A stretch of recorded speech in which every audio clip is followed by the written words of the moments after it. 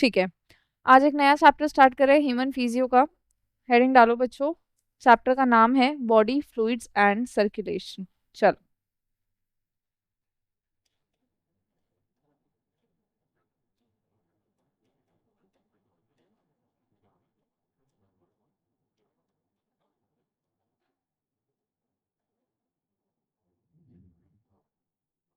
Chapter का नाम है body fluids and circulation. Body में हमारे कौन कौन से फ्लूइड्स हैं? फ्लूइड क्या होता है बच्चों? What is fluid? Fluid generally हम यहाँ लिक्विड के बारे में बात कर रहे हैं।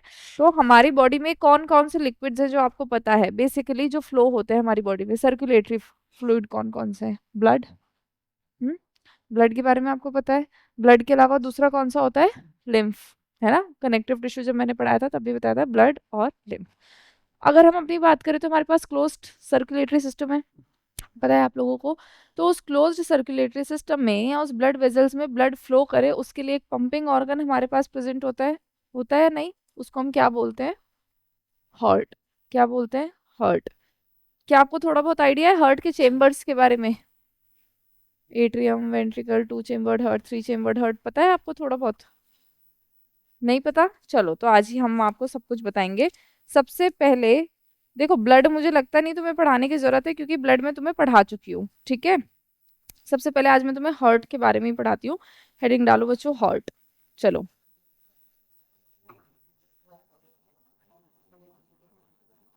तो है क्या, वो एक्चुअली में एक्यूमुलेट हो जाता है, उसके बाद हार्ट में वापस जाता है ना। उसके लिए अलग से वेजल्स होती हैं, उसको लिम्फेटिक वेजल्स बोलते हैं, ठीक है। चलो, आज बहुत इंपॉर्टेंट कुछ चीज मैं समझाने जा रही हूँ बच्चों। थोड़ा सा दिमाग लगाना और समझने की कोशिश करना। मैं तुम्हें फिलहाल पढ़ा रही हूँ हार्ट। किसका हार्ट? Human heart. ठीक है, एक बार तुम ह्यूमन हार्ट समझ जाओगे तो जो बाकी के हार्ट है वो भी मैं तुम्हें समझाऊंगी, ठीक है। अब हार्ट जो है बहुत ज़्यादा कॉम्प्लिकेटेड होता है, तो उतना कॉम्प्लिकेटेड डायग्राम मैं अभी नहीं बनाऊंगी, नहीं तो तुम्हें समझ नहीं आएगा। उस कॉम्प्लिकेशन को ख़त्म करने के लिए ज़रा हम हार्ट को ऐसे समझते हैं। सपोज करो ये मैंने क्या बनाया? हार्ट। ठीक है, इधर देखो, मैंने क्या बनाया? हार्ट, ठीक है। अब जो मेरा हार्ट है, ह्यूमन का जो हार्ट होता है, उसमें अंदर कुछ कंपार्टमेंट्स होते हैं, ठीक है। कितने कंपार्टमेंट होते हैं? 4। तो ऐसा बोला जाता है कि ह्यूमन का हार्ट कैसा है बच्चों? It is 4 chambered. 4 चेम्बर्ड का मतलब कितने कंपार्टमेंट वाला है? 4 कंपार्टमेंट वाला। ठीक है, चलो हम जरा कंपार्टमेंट बनाने की कोशिश करते हैं,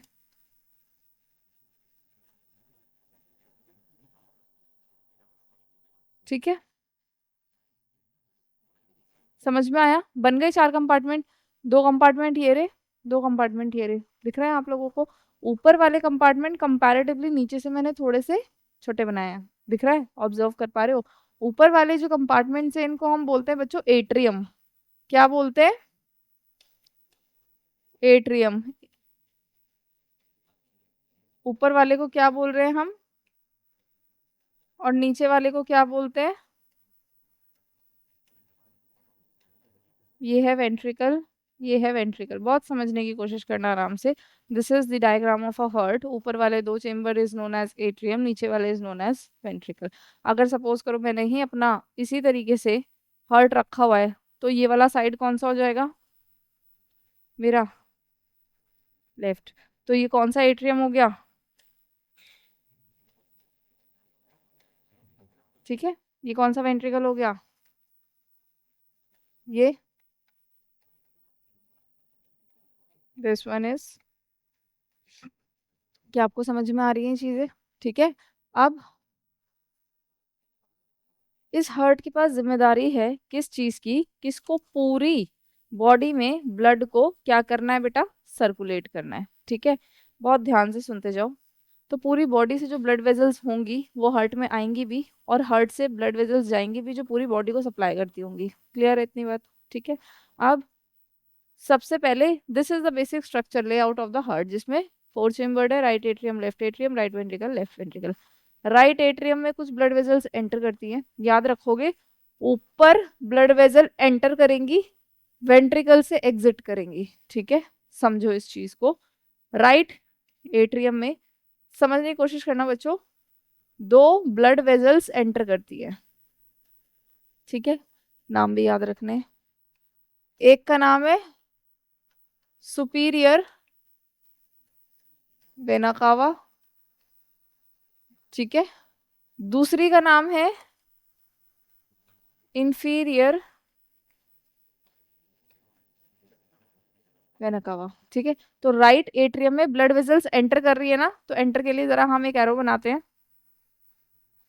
ब्लड यहां से एंटर कर रहा है, ब्लड यहां से एंटर कर रहा है, ठीक है। तो ब्लड यहां से एंटर कर रहा है राइट एट्रियम में। अब मेरी बात सुनो, सुपीरियर का मतलब क्या होता है? थोड़ा ऊंचा। तो इसको ऐसे समझ सकते हो, जो सुपीरियर वेने कावा है, ब्रेन से, नेक वाले रीजन से, या जो हार्ट के ऊपर वाला रीजन है वहां से डीऑक्सीजनेटेड ब्लड को कैरी करके हार्ट को दे देती है। कैसे ब्लड को? डीऑक्सीजनेटेड कैसा होता है? लास्ट क्लास में कराया था मैंने, जिसमें ऑक्सीजन कम होता है। वो ब्लड कहाँ से आ रहा होगा? टिश्यूज से आ रहा होगा, क्योंकि टिश्यूज ने ऑक्सीजन ले लिया और CO2 उसके अंदर डाल दिया, डीऑक्सीजनेट हो गया। तो जो ऊपर वाले पार्ट से आ रहा है वो कौन लेकर आ रही है हार्ट तक? सुपीरियर वेने कावा। जो नीचे वाले पार्ट से आ रहा है वो कौन लेकर आ रही है? इंफीरियर वेने कावा। तो कायदे से तो मुझे ये ब्लड जो है ये ब्लू बनाना चाहिए, है ना, क्योंकि ब्लू डीऑक्सीजनेटेड है। तो जहां मैं ब्लू बनाऊंगी उसको आप डीऑक्सीजनेटेड समझोगे। अब ये ब्लड डीऑक्सीजनेटेड है, और मैंने राइट एट्रियम और राइट वेंट्रिकल के बीच में एक छोटा सा क्या बनाया है? होल है, ठीक है। उस होल को अभी बताएंगे, चलो, वॉल्व से सराउंडेड होता है। उस होल से ब्लड जो है वो नीचे जा सकता है। कौन सा ब्लड जाएगा? डीऑक्सीजनेटेड। जब आया ही डीऑक्सीजनेटेड है तो यहाँ ऑक्सीजनेशन कहाँ हो? यहाँ लंग्स हैं तुम्हारे? नहीं ना, हार्ट के अंदर थोड़ी ना होते हैं लंग्स, हार्ट के आसपास होते हैं। तो डीऑक्सीजनेटेड ब्लड कहाँ आ गया? राइट वेंट्रिकल में। फिर राइट वेंट्रिकल से एक ब्लड वेसल निकल रही है, ठीक है। राइट वेंट्रिकल से क्या निकल रही है? एक ब्लड वेसल, जो आगे जाके दो में डिवाइड हो जाएगी, ठीक, सुन रहे हो? एक ब्लड वेसल जो आगे जाके दो में डिवाइड हो जाएगी। जो राइट वेंट्रिकल से ब्लड वेसल निकल रही है वो कैसा ब्लड लेके जाएगी? अब इस डीऑक्सीजनेटेड ब्लड को हमें क्या करना है? ऑक्सीजनेट करना है। तो ये कहाँ जा रही होगी? राइट वेंट्रिकल की ब्लड वेसल कहाँ जा रही होगी? कहाँ होता है ऑक्सीजनेशन ब्लड का? लंग्स में, एल्वियोलाई में। तो ये एंटर करेंगी किसके अंदर? लंग्स में। तो इसको हम क्या बोलेंगे? पल्मनरी। पल्मनरी वर्ड हम किसके लिए यूज करते हैं? लंग्स के लिए। याद है ना पल्मोन, जब मैंने तुम्हें पल्मनरी वेंटिलेशन सारी चीजें पढ़ाई थी। तो पल्मनरी जो वर्ड है हम किसके लिए यूज करते हैं? लंग्स के लिए। तो ये क्या है? Pulmonary artery. क्या है? Pulmonary artery. अब तुम्हें यहाँ एक कंफ्यूजन होगी। क्या कंफ्यूजन होगी? तुमने हमेशा से क्या पढ़ा हुआ है कि जो ब्लड ऑक्सीजनेटेड होता है उसको कौन कैरी करती है? आर्टरी। लेकिन यहाँ तो ब्लड डीऑक्सीजनेटेड है, तो इसका नाम आर्टरी कैसे पड़ा? नहीं, हार्ट के लिए जब हम बात करते हैं तो आर्टरी वो होती है जो ब्लड को हार्ट से दूर लेके जा रही होती है, जैसे ये लेके जा रही है। और वीन कौन होती है? जो लेके आ रही होती है।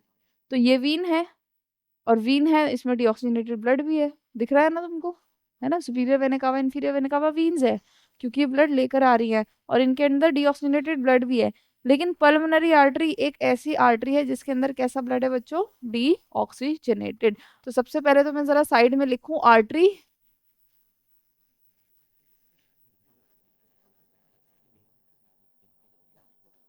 Carries blood away from the heart, और वेन कैरी ब्लड टूवर्ड्स। क्या आपको इतना समझ में आया? ठीक है।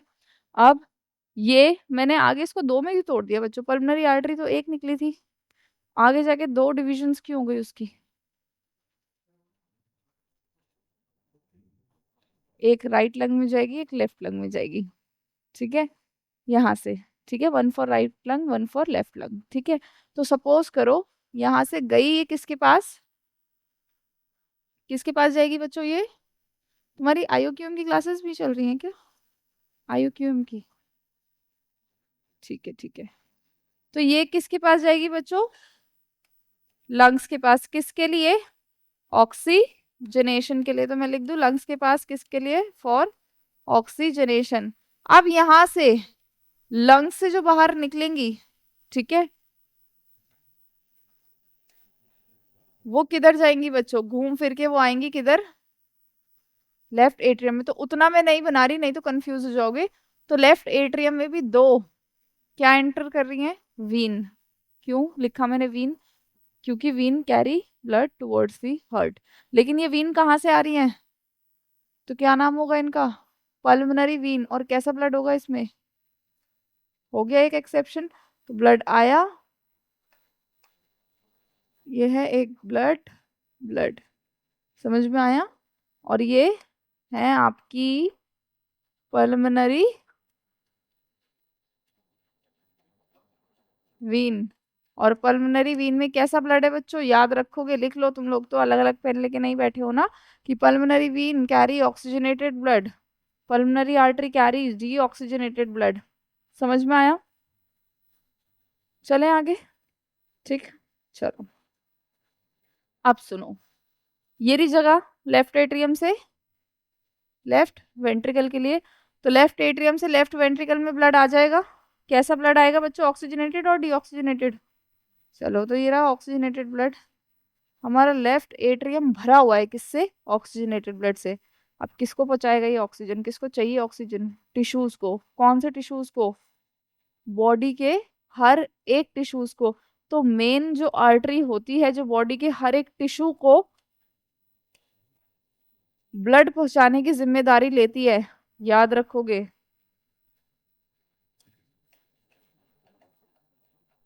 aorta. Aorta is basically your, it is the main artery. इसी के पास है पूरी जिम्मेदारी, पहुंचाएगी हर एक टिश्यूज पे ब्लड। ठीक है, बनाओ इसको अच्छे से।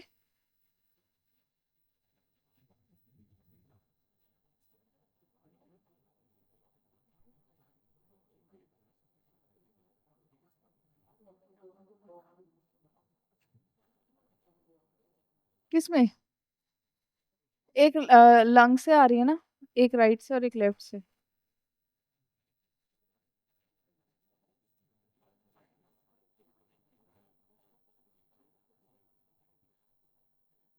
चलें आगे, करें और आगे की बातें। चलो अब सोचो दोबारा से। अभी ये तुम्हें पता है कि ये सब पंप करने के लिए पिचकेंगे, है ना, चेम्बर से ही पिचकेंगे।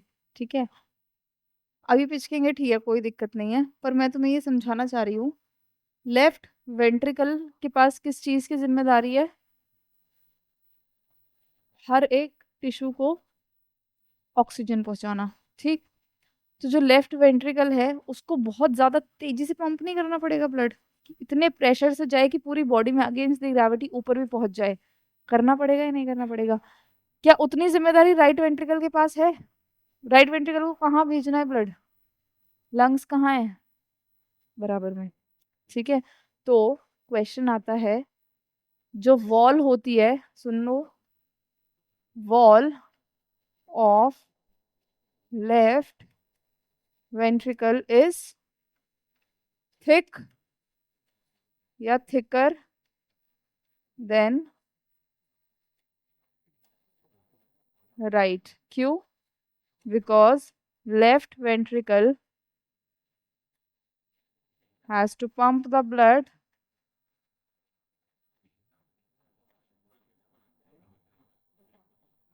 to all body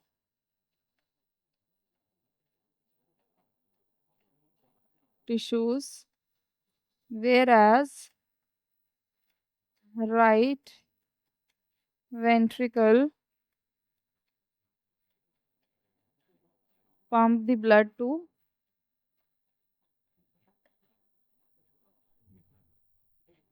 blood to दी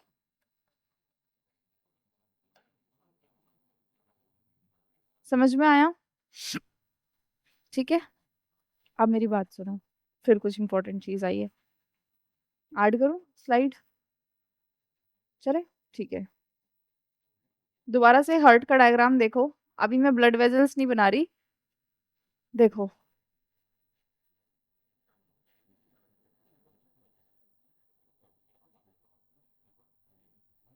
देखो मैंने तुमसे बोला कि जो लेफ्ट वेंट्रिकल है उसको पंप होना है ज्यादा तेजी से, क्योंकि उसको पूरी बॉडी में ब्लड पहुंचाना है। राइट वेंट्रिकल को उतनी जरूरत नहीं है। इसका मतलब तुम इतना तो समझ पा रहे हो कि वेंट्रिकल्स पंप होंगे। पर एक चीज समझो कि पूरा हार्ट जो है वो एक बलून है जिसमें खून भरा हुआ है। पूरा जब साथ में पंप होगा तो चीजें मैसअप होंगी या नहीं होंगी? कहाँ क्या जाना है कुछ पता नहीं लगेगा। और अगर पूरा हार्ट साथ में पंप हो गया तो इधर इमेजिन करना, अगर ये पूरा ब्लड हार्ट साथ में पंप हो गया तो जो ब्लड इधर आ रहा है वो वापस चला जाएगा। जाएगा। ये वाला वापस चला जाएगा। ये वाला ऊपर चला जाएगा। हो जाएगा या नहीं हो जाएगा? बैक फ्लो होगा या नहीं होगा? सो टू प्रिवेंट बैक फ्लो, ऐसा नहीं होता कि चारों चेम्बर जो होते हैं वो साथ ही में कॉन्ट्रैक्ट करते हैं। होता क्या है, एट्रियम पहले कॉन्ट्रैक्ट करेगा। देखो, जो मैं बता रही हूँ डायग्राम को देखो और इमेजिन करते जाना। अभी हार्ट कुछ नहीं कर रहा, वो एकदम रिलैक्स है। ठीक है, ऐसे ही खुला हुआ है। जब वो हार्ट ऐसे ही खुला हुआ है तो उसपे सुपीरियर वेने कावा से ब्लड आ रहा है, इंफीरियर वेने कावा से ब्लड आ रहा है, और तुम्हारा एट्रियम जो है वो भर रहा है। ठीक है, थोड़ा थोड़ा। अब एट्रियम का और वेंट्रिकल के बीच में गैप है तो वेंट्रिकल भी भर रहा है आराम से। ठीक है, इधर देख लो, पल्मोनरी वीन से ब्लड आ रहा है ऑक्सीजनेटेड, लेफ्ट एट्रियम भर रहा है, साथ ही साथ लेफ्ट वेंट्रिकल भी भर रहा है। अभी मजे से ये काम चल रहा है। लेकिन अचानक से, क्योंकि हार्ट का काम तो क्या है, पंप करना ब्लड को, तो कॉन्ट्रैक्शन होगी। और कॉन्ट्रैक्शन सबसे पहले किस में होती है? एट्रियम में। सुनते जाना, एट्रियम कॉन्ट्रैक्ट होने लगेगा, होने लगेगा, होने लगेगा। जैसे ही एट्रियम कॉन्ट्रैक्ट होने लगेगा तो जो बचा हुआ ब्लड भी था एट्रियम में वो किधर पहुंच जाएगा बच्चों? वेंट्रिकल में पहुंच गया। ये तो हम चाहते ही थे, क्योंकि एक्चुअली में ब्लड को पंप करने का काम तो किसका है? वेंट्रिकल का। तो जो ऊपर एक्स्ट्रा ब्लड बचा हुआ है उसको हमने किस में पहुंचा दिया? वेंट्रिकल में। अब बारी किसकी आएगी कॉन्ट्रैक्शन की? वेंट्रिकल की, क्योंकि एट्रियम तो पिचक के वापस से वापस आ गया। लेकिन अब कौन कॉन्ट्रैक्ट होगा? वेंट्रिकल। अब जब वेंट्रिकल कॉन्ट्रैक्ट होगा तो देखो क्या होगा।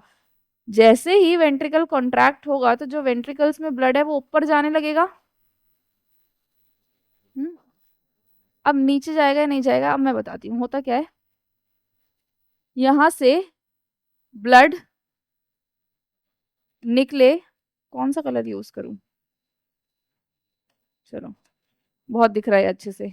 यहाँ पे ना कुछ दरवाजे होते हैं, यहाँ कुछ दरवाजे होते हैं जिनको हम क्या बोलते हैं बच्चों? वॉल्व्स। पढ़ा होगा तुमने कि जो वॉल्व होती है वो प्रिवेंट करती है द बैक फ्लो। ठीक है, अब मैंने क्या बताया, एट्रियम पिचक गया, ब्लड आ गया रिस्पेक्टिव वेंट्रिकल्स में। Ventricles are contracting now. होता क्या है, जनरली ये दोनों दरवाजे बंद होते हैं लेकिन ऊपर वाले दोनों खुले थे। ठीक है, जैसे जैसे वेंट्रिकल कॉन्ट्रैक्ट होना स्टार्ट होगा क्या बंद हो जाएगा? ये वाली वॉल्व और ये वाली वॉल्व, ताकि ब्लड ऊपर ना जाए। इन इस वाली वॉल्व को, जो राइट एट्रियम राइट वेंट्रिकल के बीच में होती है, इसको हम बोलते हैं ट्राई कस्पिड वॉल्व। तीन कस्प होते हैं इसमें, एक दो तीन ऐसे बना दी।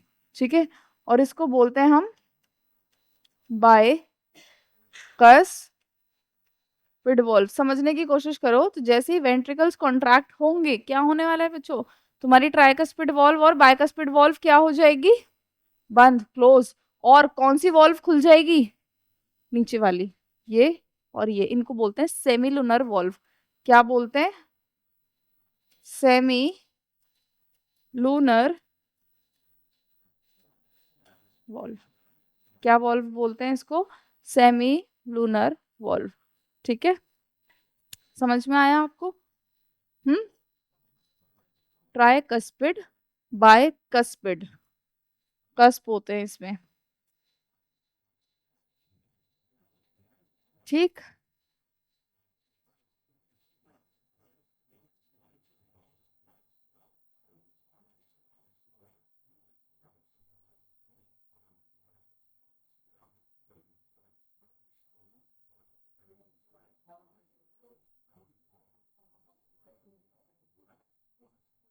क्यों? कितनी देर देते हो तुम प्रेशर? तो उतना वॉल्व कर लेती है, रोक लेती है। ठीक है, यहाँ पे वॉल्व नहीं होती है, जैसे होती है बीच बीच में आर्टरीज और वीन्स का भी मैं अभी कंसेप्ट पढ़ाऊंगी तो उसमें भी होती हैं बैक फ्लो को प्रिवेंट करने के लिए। ठीक है, अब इम्पोर्टेंट चीज देखो, ये वॉल्व जो है, ये वॉल्व जो है कौन सी, ट्राइकस्पिड और बाइकस्पिड, इनको प्रिवेंट होना, सॉरी इनको बंद करना है अपने आप को, क्या प्रिवेंट करने के लिए, बैक फ्लो। अगर मैं आपसे पूछूं एक सवाल, उस सवाल से पहले कॉन्सेप्ट आपको जानना जरूरी है। ये जो कस्प है, ठीक है, ये जुड़े होते हैं वॉल ऑफ वेंट्रिकल्स से। कुछ फाइबर्स होते हैं जो इनको वॉल ऑफ वेंट्रिकल्स से जोड़ के रखते हैं, कुछ इस तरीके से, ताकि अपनी लोकेशन पे स्टिक रहे। समझ में आया? कुछ फाइबर्स हैं, थ्रेड्स हैं जो जोड़ के रख रहे हैं वॉल्व को अपनी लोकेशन पे। इनका नाम है बच्चों, इन फाइबर्स को हम बोलते हैं कॉर्डी टेंडिनी। क्या बोलते हैं? Chordae tendineae. सवाल, if the chordae tendineae of the right side of heart is destroyed, what will happen? What will happen? Right side का अगर कॉर्डा टेंडिना टूट गया तो क्या होगा?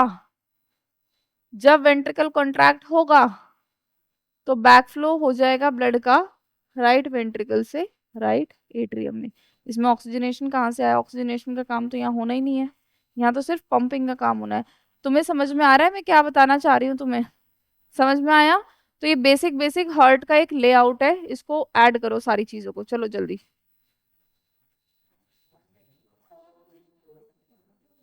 क्योंकि तीन कस्प है इधर ट्राइकस्पिड में, इधर बाइकस्पिड है। नहीं नहीं, कस्प अलग चीज है। ठीक है, बाइकस्पिड का एक और नाम लिख लेना, शायद दूसरे नाम से आ जाए तो तुम कंफ्यूज हो जाओ। It is also known as mitral valve. It is also known as mitral valve, लिखो।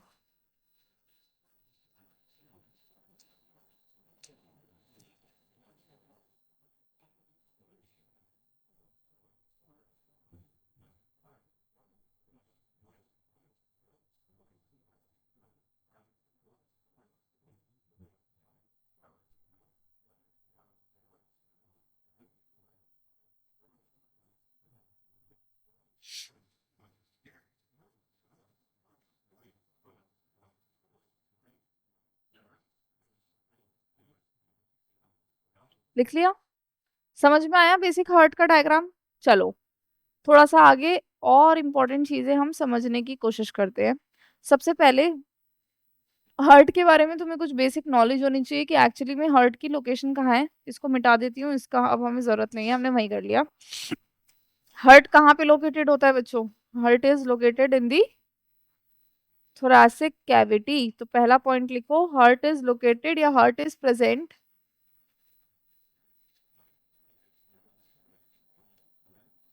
इन दी थोरैसिक कैविटी। तो हार्ट कहाँ प्रेजेंट होता है? थोरैसिक कैविटी में। साइज कितना होता है इसका? 12 centimetre in length and 9 centimetre in width. ठीक है, अब याद करो जब मैंने तुम्हें लंग्स का स्ट्रक्चर पढ़ाया था तब मैंने तुम्हें एक चीज बताई थी कि लेफ्ट लंग और राइट लंग एक जैसे नहीं होते हैं। क्यों? क्योंकि जो लेफ्ट लंग होता है उसमें हार्ट का इंप्रेशन होता है, जिसे कार्डियक नॉच बोलते हैं। इसका मतलब कि जो हार्ट है it is slightly tilted to the left, और वैसे भी लेफ्ट वेंट्रिकल की वॉल मोटी होती ही है, हमें पता ही है ना? तो हार्ट इज स्लाइटली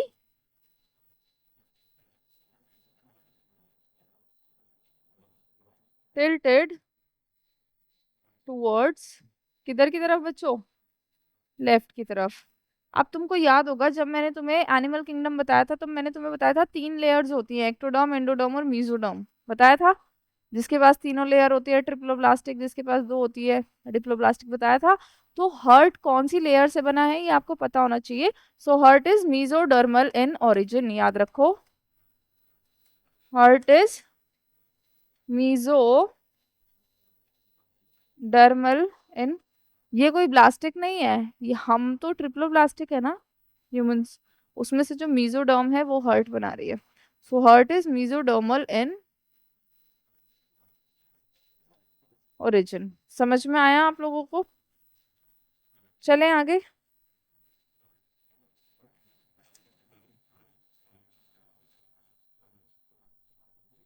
ठीक है, इतना तो आपको पता ही है कि जो हार्ट है वो कार्डियक मसल का बना हुआ है ना, पता है?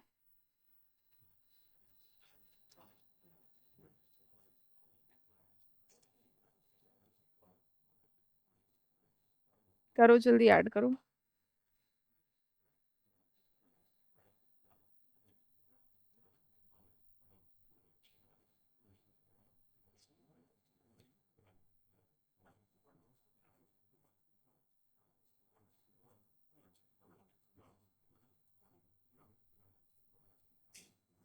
लिखा बच्चों? डन। एक इंपॉर्टेंट चीज मैं तुम्हें लेके चलती हूँ, conducting system of heart, heading डालो।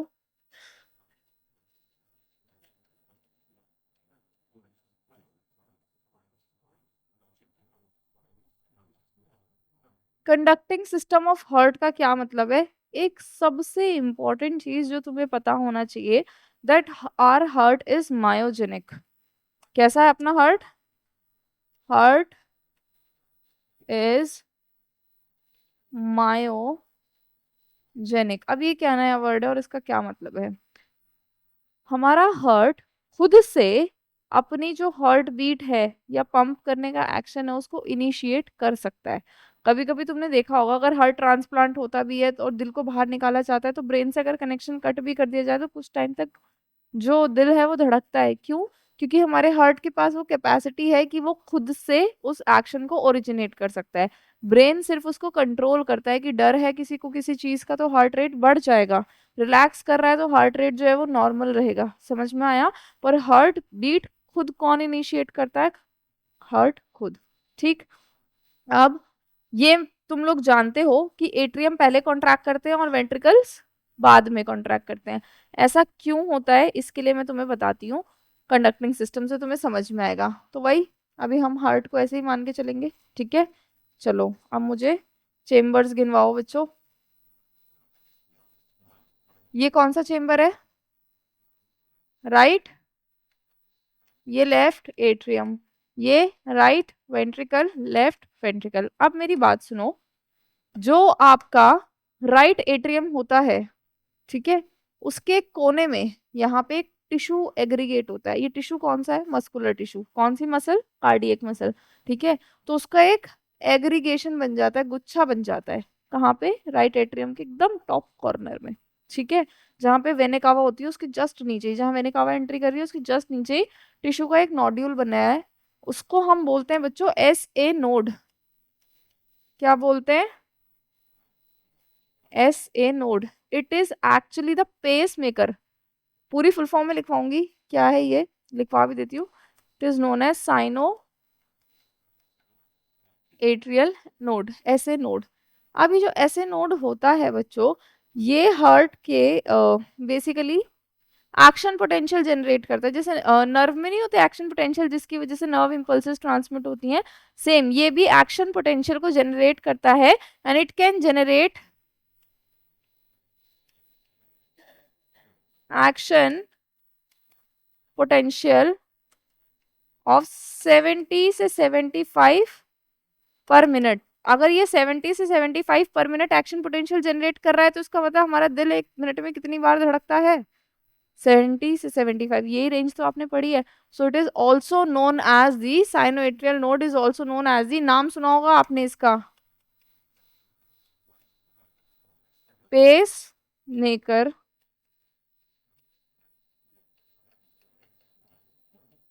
Of the heart. सुना है? Pacemaker of the heart. तो क्या है पेस मेकर हार्ट का? इट इज दी, ये अगर समझ नहीं आया तो ईसीजी समझ में नहीं आएगा, मैं तुम्हें इलेक्ट्रोकार्डियोग्राफ पढ़ाऊंगी। ठीक है, तो इसको बहुत ध्यान से समझो। क्या आपको क्लियर चीज हुई? ठीक है, समझ में आया? चलो, अब साइनोएट्रियल नोड ने एक्शन पोटेंशियल जनरेट करा। अब इस एक्शन पोटेंशियल को पूरी इसमें हार्ट की मसल में ट्रैवल करना है, तो उसके लिए पूरा का पूरा क्या प्रेजेंट है हमारे पास, सिस्टम। जैसा यहाँ पे कंडक्टिंग टिश्यू हमने बनाया है, ऐसे ही टिश्यू यहाँ पे भी प्रेजेंट होता है। ठीक है, इसको बोलते हैं बच्चों एवी नोड। क्या बोलते हैं इसको, एट्रियो वेंट्रिकुलर नोड, या फिर क्या बोलते हैं हम इसको, ए, क्लियर है, क्लियर है। ऐसे नोड ये रहा, एवी नोड ये रहा, लेकिन एक्शन पोटेंशियल जनरेट कौन कर रहा है, सिर्फ और सिर्फ ऐसे नोड अभी। ठीक है, जब तक ऐसे नोड ठीक है, AV node action potential generate नहीं करेगा। ठीक, अब इस बिल्कुल कॉर्नर पे होता है यहाँ पे। ठीक है, इसको ऐसे बना सकते हो तुम। अब इस एवी नोड से कुछ फाइबर्स निकलते हैं, और फिर वो जाके फाइबर्स और पतले पतले फाइबर्स बन जाते हैं और पूरे हार्ट को सराउंड कर लेते हैं। समझ में आया, नहीं जितना बनाया उतना ही है, नहीं वो तो मैं उसको बता रही थी। एट्रियम और वेंट्रिकल, वैसे तो ये बीच में होता है, सेप्टम होता है इनके बीच में, उधर प्रेजेंट होता है। ठीक है, अब इसके बाद मैंने बताया ऐसे bundle, and then these are the branches. ठीक है, अब इनके नाम देखो, ये ऐसे नोड, ये एवी नोड, ये जो बीच में बनाया है this is known as A V bundle. क्या बोलते हैं इसको, A V bundle, and the small fibres are known as bundle of His. ठीक है, क्या बोलते हैं इसको, बंडल ऑफ हिस। अब मेरी बात सुनना और इसको फिर से अज्यूम करने की कोशिश करना, जो भी मैं तुम्हें पढ़ा रही हूँ। देखो, ऐसे नोड ने इलेक्ट्रिक पोटेंशियल जनरेट किया, कितना, 1 मिनट में 70 से 75 बार जनरेट करती है चीजें। ये जो मैसेज है वो ऐसे नोड से किसके तरफ जाता है बच्चों, एवी नोड पे जाएगा। एवी नोड से कहाँ जाएगा, एवी बंडल पे, और एवी बंडल से मैसेज कहाँ जाएंगे, बंडल ऑफ हिस। समझ में आया अभी। आप देखो, सबसे पहले मैंने आपको क्या बोला था कि कौन कॉन्ट्रैक्ट होते हैं, एट्रियम या वेंट्रिकल। एट्रियम कॉन्ट्रैक्ट क्यों हो रहा है, क्योंकि सबसे पहले ऐसे नोड ही तो पेसमेकर है, सबसे पहले एक्शन पोटेंशियल जनरेट ये हुआ। अब देखो, इतने ये मैसेज यहां से यहाँ जा रहा है, इतने में तो ये कॉन्ट्रैक्ट करना स्टार्ट भी कर देते हैं। अब ये मैसेज जितना वेंट्रिकल्स में पहुंचता है, इतने में तो ये कॉन्ट्रैक्ट होकर रिलैक्स भी होने लगता है, और फिर जब वेंट्रिकल पिचकता है तो उतने वो रिलैक्स्ड हो जाते हैं। समझ में आया, इसीलिए इस तरीके की साइकिल पूरी चलती है। दूसरी बात जो मैं आपको समझाना चाह रही हूँ वो ये, जैसे लोकेशन देखो इनकी, ऐसे नोड ऊपर की तरफ है, तो याद रखना एट्रिया ऊपर से नीचे की तरफ कॉन्ट्रैक्ट होता है, तभी तो ब्लड नीचे जा पाएगा। ठीक है, और वेंट्रिकल नीचे से ऊपर की तरफ कॉन्ट्रैक्ट होता है, क्योंकि जो ब्लड वेजल है उनकी लोकेशन यहाँ नहीं होती, बीच में कहीं होती है। समझ में आया, ऐसे जाती है आयोर्टा, आपने कहीं बुक में देखा होगा ना, ऐसे निकालते हैं आयोर्टा वो। समझ में आया, तो नीचे से ऊपर वेंट्रिकल कॉन्ट्रैक्ट होता है और ऊपर से नीचे क्या कॉन्ट्रैक्ट होता है आपका, एट्रिया। किसकी वजह से, इस कंडक्टिंग सिस्टम की वजह से। ठीक है, एक वर्ड होता है कार्डिक अरिदमियास, पढ़ा है आपने, सुना है कभी, अरिदमिया हो गया, हार्ट ब्लॉक हो गया, ये हो गया, वो हो गया, सब समझते हो। होता क्या है, वैसे तो जिम्मेदारी किसके पास है, हार्ट पंप करे 75 टाइम 70 टाइम, किसके पास है, ऐसे नोड के पास। इन केस किसी का ऐसे नोड खराब हो जाए तो वो जिम्मेदारी कौन उठाएगा, एवी नोड। कौन उठाएगा, एवी नोड। लेकिन जो रिदम होगी हार्ट के कॉन्ट्रैक्शन की वो बिगड़ जाएगी, उसको बोलते हैं रिदमिया हो गया।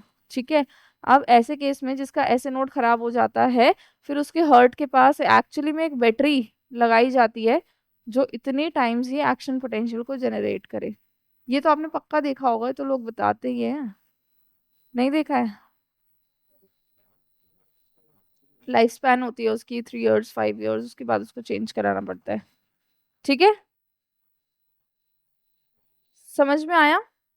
ठीक, कंडक्टिंग सिस्टम समझ में आया, आया या नहीं आया। ठीक है, हेडिंग डालो बच्चों, कार्डियक साइकिल। नहीं ऐसे नहीं होता, कार्डियक सिस्ट कार्डियक साइकिल।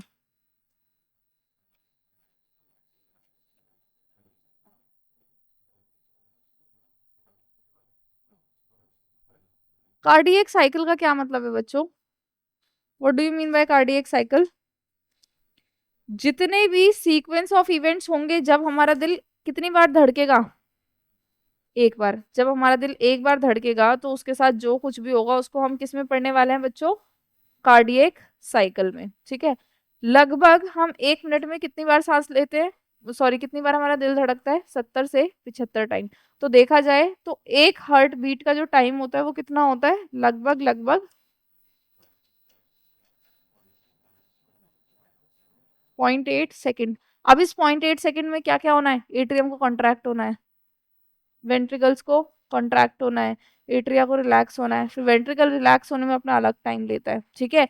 तो अब सुनो मेरी बात, कहीं पे भी मैं बोलूंगी कॉन्ट्रैक्शन टर्म, कार्डियक साइकिल में कॉन्ट्रैक्शन को बोला जाता है सिस्टोल। क्या बोलते हैं? है ना, कॉन्ट्रैक्शन हो रही है तो टर्म यूज करेंगे सिस्टोल। एट्रियम कॉन्ट्रैक्ट कर रहा है तो एट्रियल सिस्टोल, वेंट्रिकल कॉन्ट्रैक्ट कर रहा है तो वेंट्रिकुलर सिस्टोल। अब डायस्टोल का मतलब उल्टा लिख दिया मैंने, रुक जाओ, इधर पहले रिलैक्सेशन लिखती हूँ। अगर रिलैक्सेशन हो रही है तो क्या टर्म यूज करेंगे हम? डायस्टोल। एट्रियम रिलैक्स कर रहा है तो एट्रियल डायस्टोल, वेंट्रिकल रिलैक्स कर रहा है तो वेंट्रिकुलर डायस्टोल, और अगर दोनों ही रिलैक्स कर रहे हैं तो दोनों रिलैक्स करते हैं तो जॉइंट डायस्टोल। क्या ये टर्म्स आपको क्लियर हुई? ठीक है। What is atrial systole? Atrium contract कर रहे हैं। What is ventricular systole? Ventricle contract कर रहे हैं। जॉइंट डायस्टोल दोनों रिलैक्स कर रहे हैं। ठीक है। अब इस 0.8 सेकेंड में कितने टाइम क्या हो रहा है, ठीक है, वो मैं यहाँ पे बनाती हूँ।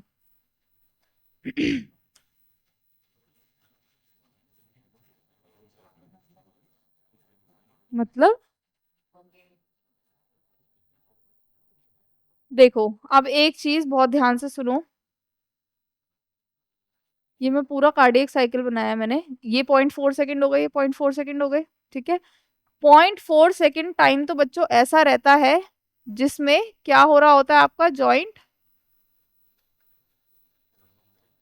ये वो टाइम है जब वेंट्रिकल्स फिल हो रहे होंगे, आराम से हो रहे होंगे, आराम से एट्रियम में ब्लड आ रहा है, ऊपर से वो वेंट्रिकल्स में दे रहे हैं। कितना टाइम चल रहा है जॉइंट डायस्टोल? 0.4 सेकेंड्स। बाकी का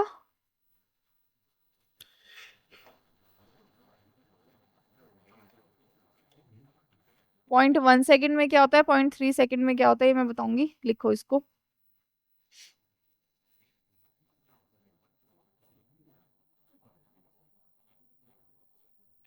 एक सवाल पूछ के बताऊंगी।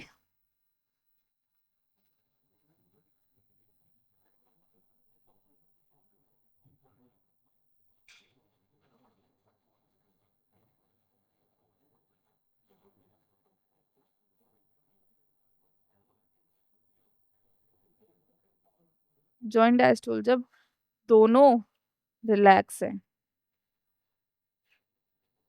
डन। अब देखो, तुमको क्या लगता है 0.1 में, ये तो बात सही है कि जॉइंट डायस्टोल का मतलब दोनों रिलैक्स कर रहे हैं और इन दोनों में कॉन्ट्रैक्शन चल रही होगी, तो कम टाइम के लिए किसको कॉन्ट्रैक्ट होने की जरूरत है? एट्रियम को ना। तो ये वाला 0.1 सेकेंड किसके लिए? एट्रियल। ठीक है। और ये 0.3 वेंट्रिकुलर सिस्टोल। और वेंट्रिकुलर सिस्टोल जब होगा, ज्यादा टाइम तो ऑब्वियस सी बात है लगेगा ही।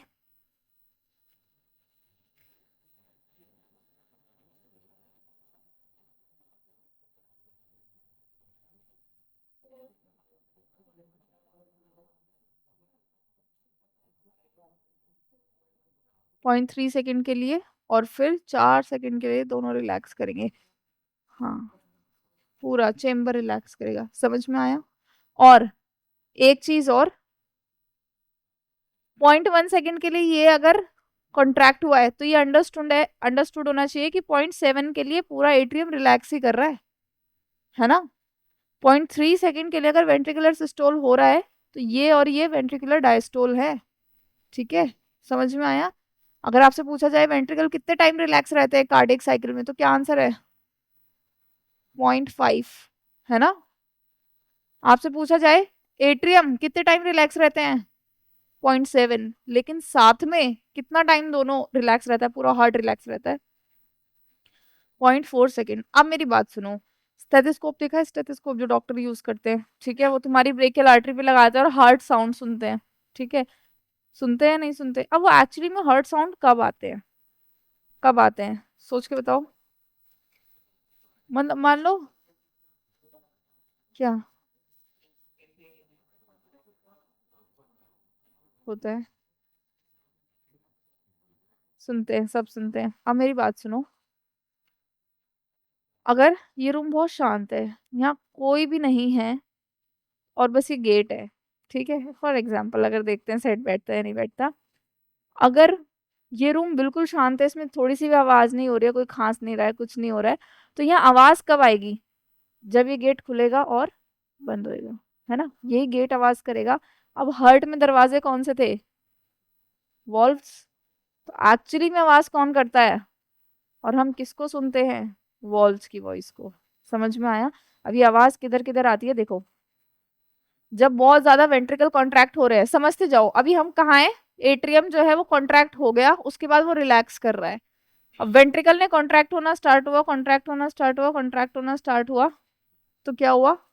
दो चीजें हुई, एक तो ऊपर के गेट बंद, कौन से, ट्राइकस्पिड बाइकस्पिड, नीचे वाली जो सेमिलुनर वॉल्व थी जो कि एट्रियम की है वो ओपन होंगी, और यहाँ पे पूरा जब एकदम वेंट्रिकल का मैक्सिमम प्रेशर होगा तो लगभग यहाँ पे आपको क्या आएगा?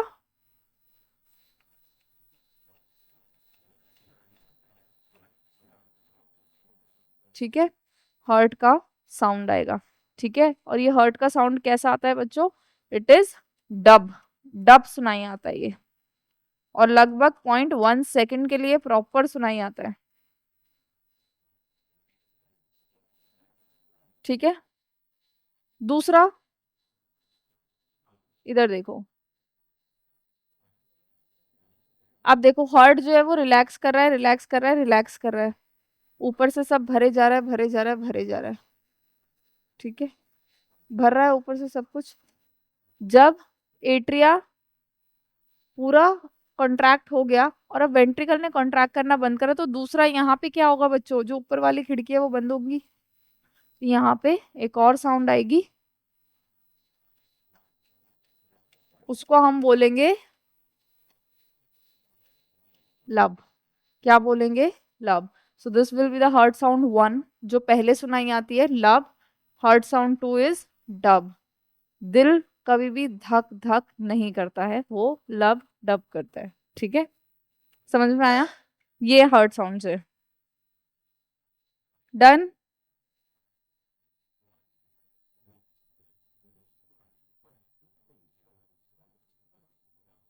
चलें आगे, ठीक है। ब्लू व्हेल का हार्ट भी सबसे बड़ा होता है, बेलेनोप्टेरा का लार्जेस्ट हार्ट है।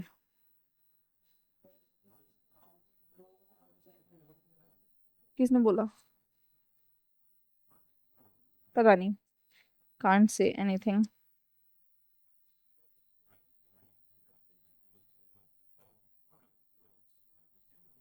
ठीक है, समझ में आया आपको? चलें आप, कार्डियक साइकिल पढ़ाऊं? पढ़ाऊं? पढ़ाऊंगी नहीं, तुम्हें इमेजिन करनी है, पढ़नी है तुम्हें खुद से बुक में से। क्या इमेजिन करनी है? जॉइंट डायस्टोल के बारे में सोचो, सोचो सिर्फ तुम, ठीक है। जॉइंट डायस्टोल में सब क्या कर रहे हैं? रिलैक्स। सब रिलैक्स कर रहे हैं, तो वो एक बार हार्ट का डायग्राम जरा कॉपी पेस्ट किया जाए इधर। अर्नव पानी पी लो तुम।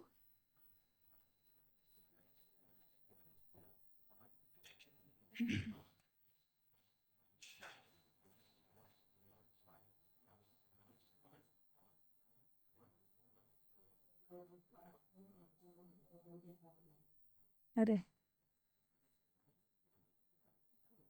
कान खराब हो जाएंगे उससे। तुम्हारे पास क्यों था? अच्छा, वैसे वाला।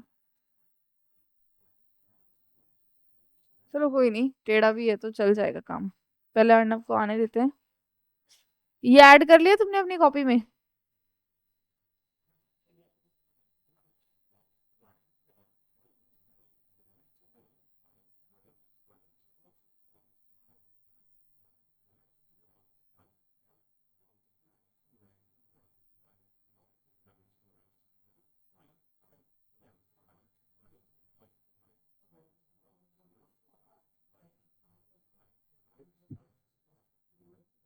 वो जो जिस प्रेशर से ब्लड आता है ना, उसकी वजह से होता है ऐसा।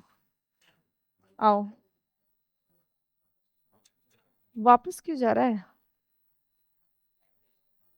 तो वो वेन में जाएगा ना। जैसे हार्ट बीट करता है तो वो प्रेशर फील होता है यहाँ पे। ठीक है, चलो अब मेरी बात सुनो। यहां से इसको लिंक करते हुए सुनो।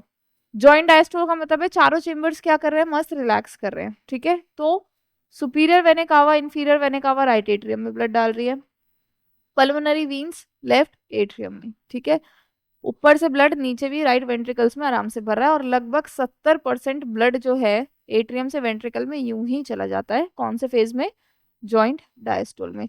जो बचा हुआ 30% ब्लड है वो कैसे जाएगा? अब राइट एट्रियम क्या करना स्टार्ट कर देंगी? कॉन्ट्रैक्ट। 0.1 सेकेंड के लिए वो कॉन्ट्रैक्ट होंगे, और जो 30% बचा हुआ ब्लड है वो भी किधर आ जाएगा बच्चों? वेंट्रिकल्स में। समझ में आया? ठीक है, जॉइंट डायस्टोल और एट्रियल सिस्टोल दोनों समझ में आया। अब वेंट्रिकुलर सिस्टोल में क्या होना है? Ventricles will start to contract. जैसे वेंट्रिकल्स कॉन्ट्रैक्ट करना स्टार्ट होंगे, ब्लड से भरा हुआ चेंबर है, ये कॉन्ट्रैक्ट करना स्टार्ट होंगे, तो सबसे पहले क्या होगा? बैक फ्लो प्रिवेंट करने के लिए जो आपकी ट्राइकस्पिड और बाइकस्पिड वॉल्व है वो क्या हो जाएंगी? बंद हो जाएंगी। ट्राइकस्पिड बंद हो गई, बाइकस्पिड बंद हो गई। सेमिलुनर पहले से ही बंद थी, बंदी थी। ठीक है, इतना ज्यादा प्रेशर बढ़ जाएगा, वेंट्रिकल कॉन्ट्रैक्ट हुए जा रहा है, हुए जा रहा है, हुए जा रहा है, इतना ज्यादा प्रेशर बन जाएगा कि ये सेमिलुनर एकदम फटाक से खुल जाएंगी, और उसकी वजह से क्या होगा बच्चों? एकदम हाई प्रेशर से जो ब्लड है वो किधर चला जाएगा? आर्टरीज में। इसीलिए आर्टरीज की जो वॉल होती है वो कैसी होती है? थिक होती है, कंपैरेटिव टू वीन। क्यों? क्योंकि आर्टरी जो होती है दे कैरी ब्लड जो कि कैसे प्रेशर पे है बच्चों? हाई प्रेशर पे है। समझ में आया? ठीक है, और फिर क्या होगा? रिस्पेक्टिव जगह पे जहां पे भी जाना है ब्लड पहुंच जाएगा। ये वेंट्रिकल्स भी रिलैक्स करेंगे, सेमिलुनर वॉल्व वापस से बंद हो जाएंगी, और ये दोनों वॉल्व वापस से खुल जाएंगी। 0.8 सेकेंड्स में इतना सब कुछ होता है। क्या आपको कंप्लीट कार्डियक साइकिल समझ में आई है? कर लोगे बुक में से देख के रिवाइज? कुछ भी पूछना हो तो पूछ लेना। ठीक है, कार्डियक साइकिल हमारा टॉपिक हुआ यहाँ खत्म। अब हम पढ़ने वाले हैं बच्चों इलेक्ट्रोकार्डियोग्राफ। हेडिंग डालो। अगर ये समझ में आया है, ऐसे नोड वाला समझ में आया है, पूरा हार्ट समझ में आया है, तभी तुम इलेक्ट्रोकार्डियोग्राफ समझ पाओगे। ठीक है, हेडिंग डालो।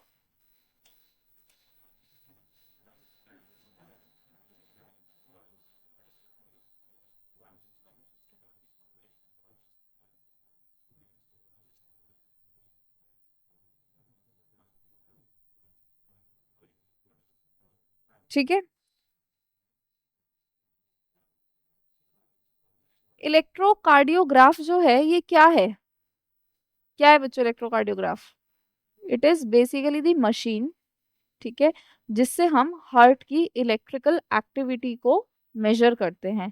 सो इलेक्ट्रोकार्डियोग्राफ क्या है? इट इज अ मशीन, ठीक है, that trace the electrical activity of the heart. तो जो हार्ट है उसकी जो इलेक्ट्रिकल एक्टिविटी है उसको ये देखती है। ठीक है, अब हार्ट की इलेक्ट्रिकल एक्टिविटी को देखने के लिए ये तुम्हें याद रखना है कि जब हम बहुत नॉर्मल ईसीजी की बात कर रहे हैं तो हम क्या करेंगे? पेशेंट को कुछ इलेक्ट्रोड्स लगाएंगे, तभी तो हम लोग उनकी इलेक्ट्रिकल एक्टिविटी को मेजर कर पाएंगे। तो अगर हम बहुत नॉर्मल ईसीजी करते हैं तो हम 3 इलेक्ट्रोड लगाते हैं। कितने इलेक्ट्रोड लगाते हैं? 3 इलेक्ट्रोड लगाते हैं। आपको इसको याद रखना है। एक तो कहाँ होता है बच्चों? एक तो दोनों रिस्ट पे, और एक लेफ्ट एंकल पे। तो we will tie the patient with 3 electrodes are used। दो तो हो गई किस पे? रिस्ट पे। और एक हो गई किस पे? लेफ्ट एंकल पे। और भी ज्यादा कुछ मेजर करना होता है तो हम मोर इलेक्ट्रोड्स को यूज करते हैं। ठीक है, इलेक्ट्रोड्स ना लिख के तुम इलेक्ट्रिक लीड्स लिखोगे तो ज्यादा बेटर रहेगा।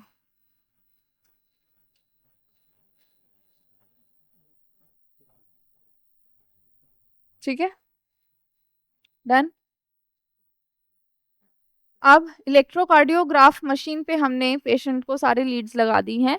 अब एक मशीन होती है, देखा है आपने, वो मेजर करती है, फिर एक पेपर निकलता है, वो जो पेपर निकलता है it is known as electrocardiogram. जो पेपर होता है उसको क्या बोलते हैं बच्चों? जो पेपर है उसको क्या बोलते हैं हम? इलेक्ट्रोकार्डियो,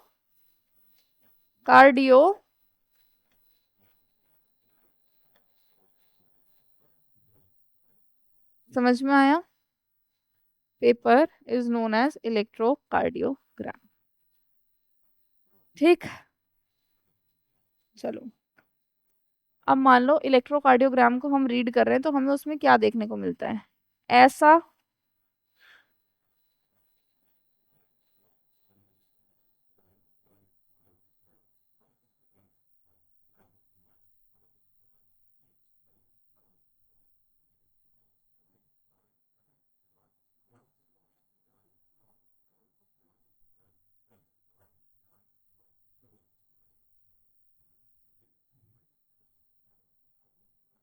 हम्म, ऐसा देखने को मिलता है। This is known as P wave, this is Q R S complex, and this is known as T wave. So T wave जो है वो क्या बता रही है? पी वेव क्या बता रही है? और क्यू आर एस कॉम्प्लेक्स क्या बता रहा है? क्या आपको वो याद है, ऐसे नोड, एवी नोड, सब कुछ? सबसे पहले हम बात करते हैं बच्चों पी वेव की। So P wave is basically showing the depolarization of atria. कहीं पे भी डीपोलराइजेशन टर्म आ रहा है, यहाँ पे डीपोलराइजेशन का मतलब है कॉन्ट्रैक्शन हो रही है, ठीक है। सो डीपोलराइजेशन ऑफ एट्रिया का क्या मतलब है? यहाँ क्या हो रहा है बच्चा? Atrial systole. समझ में आया? अब इधर देखो, बहुत अच्छे से ऑब्जर्व करो। पी वेव क्या बता रही है? एट्रियल सिस्टोल, ठीक है। एट्रियम कॉन्ट्रैक्ट कर रहे हैं, एट्रियम ने कॉन्ट्रैक्ट कर लिया। ये जो है बीच में सेगमेंट, ये क्या बता रहा है? कि जो भी बेसिकली मैसेज है वो कहाँ से कहाँ जा रहा है? पूरा फाइबर्स में फैल रहा है, तो वो थोड़ा गैप आ रहा है। समझ में आया? उसके बाद क्यू आर एस में क्या हुआ? वेंट्रिकल कॉन्ट्रैक्ट करेंगे, so Q R S will be the, Q R S complex will be showing the depolarization of ventricles, या मैं ये भी लिख सकती हूँ वेंट्रिकुलर सिस्टोल। समझ में आया? वेंट्रिकुलर सिस्टोल, ठीक। देन लास्ट में बचा है कौन सी वेव है? T wave. T wave is basically the repolarisation of ventricle, यानी रीपोलराइजेशन का क्या मतलब हो रहा है? कि रिलैक्स हो रहे हैं। समझ में आया? ठीक है। अब किसी को भी अपनी हार्ट बीट का पता लगाना है, ठीक है, किसी को भी अपनी हार्ट बीट का पता लगाना है, वो कैसे पता लगाएगा? उसके पास ईसीजी है। अगर मैं तुम्हें एक ईसीजी दे दूं नॉर्मल, और मैं तुमसे बोलूं कि इस पेशेंट की हार्ट बीट बता दो, तो कैसे बताओगे? जितनी बार वेंट्रिकल कॉन्ट्रैक्ट कर रहा है ऑब्वियस सी बात है उतनी बार दिल धड़क रहा है। So by counting the QRS complex you can determine the heart beat of an individual. यही लिख दूं?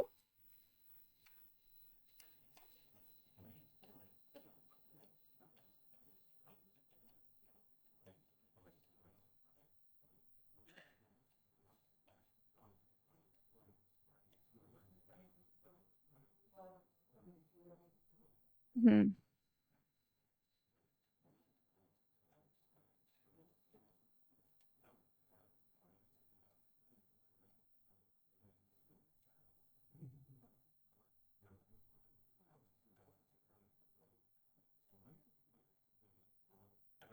क्या ये क्लियर है आपको? अब पी वेव छोटी आ रही है, पहले आ रही है, क्यू आर वेव जो है वो टेढ़ी आ रही है, मेढ़ी आ रही है, जैसे भी आ रही है उससे हम पता लगा सकते हैं कि कोई हर्ट में प्रॉब्लम है या नहीं है। बेसिक ऐसा होना चाहिए इसमें। अगर मान लो ऐसा हो गया तो ये आपको देख के पता लग रहा है ना कि नॉर्मल नहीं है, कि कुछ ना कुछ प्रॉब्लम है। ठीक है, ये टी वेव, ये जो वेव है ये लंबी हो जाए, कुछ भी प्रॉब्लम अगर हो रही है तो आपको ईसीजी देख के पता लग जाता है। समझ में आया? डन बच्चों?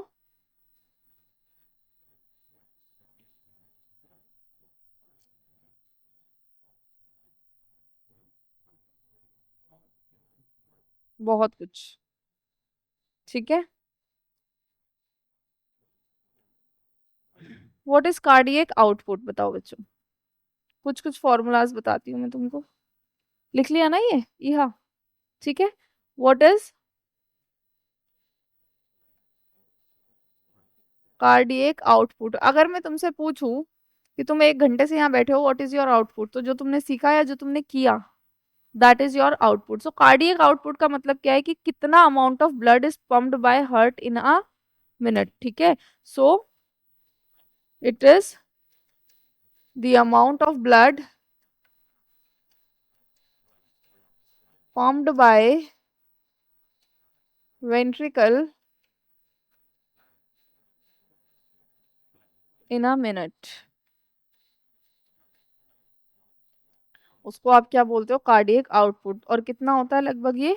5 से 5.5 लीटर। ठीक है, कितना होता है? 5 से 5.5 लीटर, ये इसकी वैल्यू है। ठीक है, अब कार्डियक आउटपुट अगर मैं तुमसे बोलूं निकाल के बताओ, कोई फॉर्मूला है कार्डियक आउटपुट का? तो बिल्कुल फॉर्मूला है। सुनो, कार्डियक आउटपुट की डेफिनेशन के अकॉर्डिंग हम क्या बोल रहे हैं कि 1 मिनट में वेंट्रिकल ने कितना ब्लड पंप किया। अब 1 मिनट का मतलब हमें टाइम पीरियड तो पता ही है, और अगर हमें पता लग जाए एक बार में कितना करता है, तो हम पूरे मिनट में निकाल देंगे। कर देंगे या नहीं कर देंगे? तो यहाँ पे जो कार्डियक आउटपुट है उसका फॉर्मूला क्या हो जाएगा? Stroke volume into heart rate, है ना। Cardiac output is equal two stroke volume into heart rate. भाई 1 मिनट में जितनी बार दिल पंप कर रहा है और एक बार में जितना ब्लड पंप होता है, दोनों को मल्टीप्लाई करके आपके पास 1 मिनट में एक्चुअली में कितना ब्लड पंप होता है वो आ जाएगा। स्ट्रोक वॉल्यूम की वैल्यू आपने याद रखनी है, कितनी होती है? Stroke volume 70 ml। कितनी होती है? 70 ml। अब आप उसको किससे इंटू करोगे? हाँ, इसको आप किससे इंटू करोगे? 70 से 75 की जो भी रेंज होगी उससे आप करोगे तो आपके पास ये आंसर आ जाएगा। ठीक है, आ जाएगा नहीं आ जाएगा? सो this is all about the cardiac output. चलो, अब कार्डियक आउटपुट ना ऐसा नहीं है कि फिक्स है। कोई इतना बड़ा बंदा है, इतना मोटा बंदा है, भाई उसका स्ट्रोक वॉल्यूम भी ज्यादा ही हो गया होगा। ठीक है, उसका हार्ट रेट भी जो है वो चेंज होता है, तो it will vary person to person and with the size of the body. तो मैं लिख भी देती हूँ that cardiac output vary according to the size of the body. Done?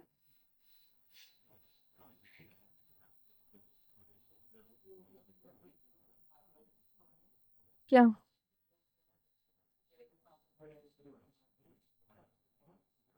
नहीं, हार्ट नहीं बड़ा होना है, उसकी जो वेंट्रिकल्स होती है ना उस पे प्रेशर ज्यादा आता है।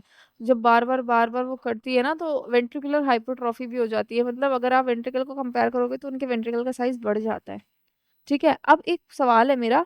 एथलीट्स जो होते हैं वो तो भागा दौड़ी करते हैं, ये कार्डियक आउटपुट तो हमारा है, हमारे जैसे नॉर्मल इंसान का जो खाता पीता सोता है बस।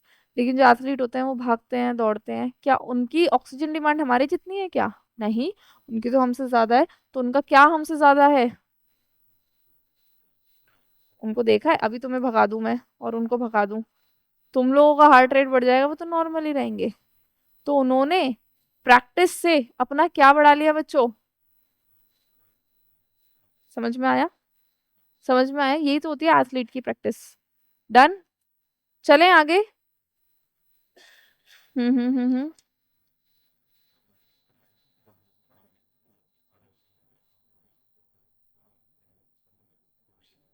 लिख लो एक line, cardiac output of an athlete,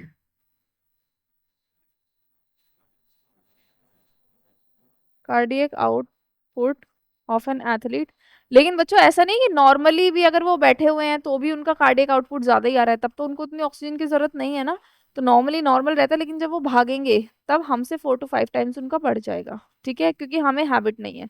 लिखो cardiac output of an athlete is more than normal person, is more than normal person during strenuous exercise. During strenuous exercise, it is, it is, yeah, it becomes 20 to 25 liter per minute. It becomes 20 to 25 liter पर minute. समझ में आया बच्चों? चलें आगे। हाँ तो भाई वो एथलीट है।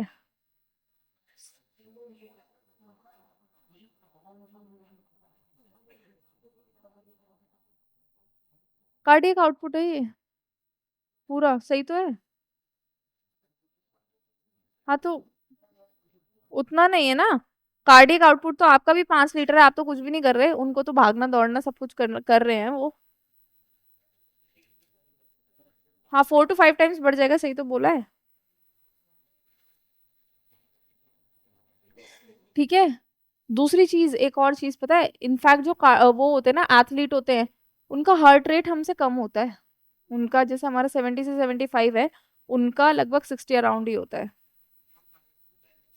हाँ, क्योंकि उन्होंने प्रैक्टिस से अपने हार्ट का साइज चेंज कर लिया होता है, जिसकी वजह से ऐसा होता है कि उनकी स्ट्रोक वॉल्यूम बढ़ जाती है, हार्ट रेट कम हो जाता है और अल्टीमेटली कार्डियक आउटपुट बढ़ जाता है। तो ये उनकी प्रैक्टिस वगैरह है, जो कि हम कभी नहीं करते। नॉर्मली बैठे रहेंगे तो कार्डियक आउटपुट हमारे जितना ही होता है। हाँ, तो स्ट्रोक वॉल्यूम तो वैसे भी उनका बोला ना मैंने, हार्ट ही अलग हो जाता है, उनको हाइपरट्रॉफी हो जाती है। ठीक है, स्लाइट हाइपरट्रॉफी हो जाती है उनके हार्ट की प्रैक्टिस से। चलो, लिखो distribution of blood, distribution of blood during cardiac output. हाँ,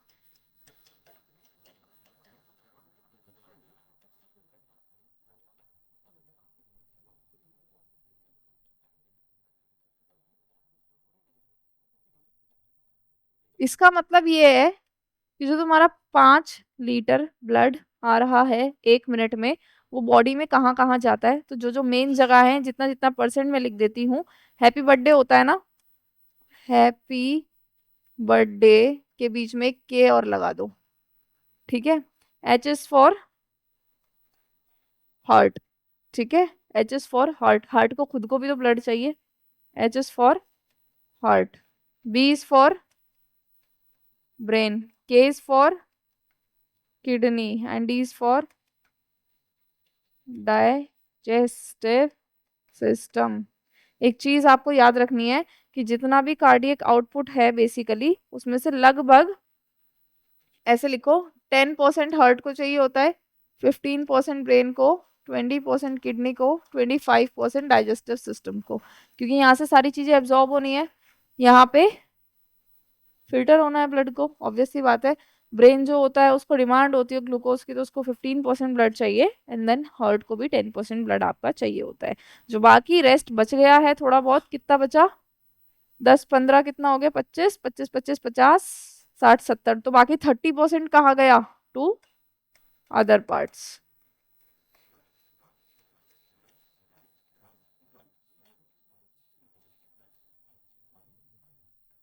क्या आपको क्लियर है? कंडक्टिंग सिस्टम हम लोग पढ़ चुके हैं।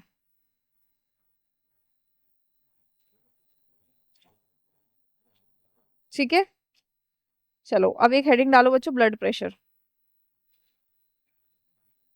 अच्छा है चैप्टर। हम्म, हेडिंग डालो बच्चों, ब्लड प्रेशर।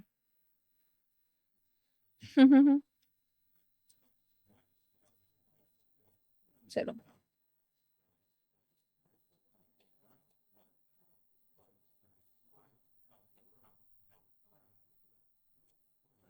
अच्छा प्रेशर से क्या समझते हो, या ब्लड प्रेशर से तुम लोग क्या समझते हो? ब्लड प्रेशर की नॉर्मल पता है आपको कि क्या वैल्यू होती है? 120, 80, व्हाट इज 120, व्हाट इज 80, कुछ पता है इसके बारे में? PP, mmHg. देखो, अगर हम नॉर्मल ब्लड प्रेशर की बात करें तो हम हमेशा ऐसे लिखते हैं ना, 120 mmHg डिवाइडेड बाय,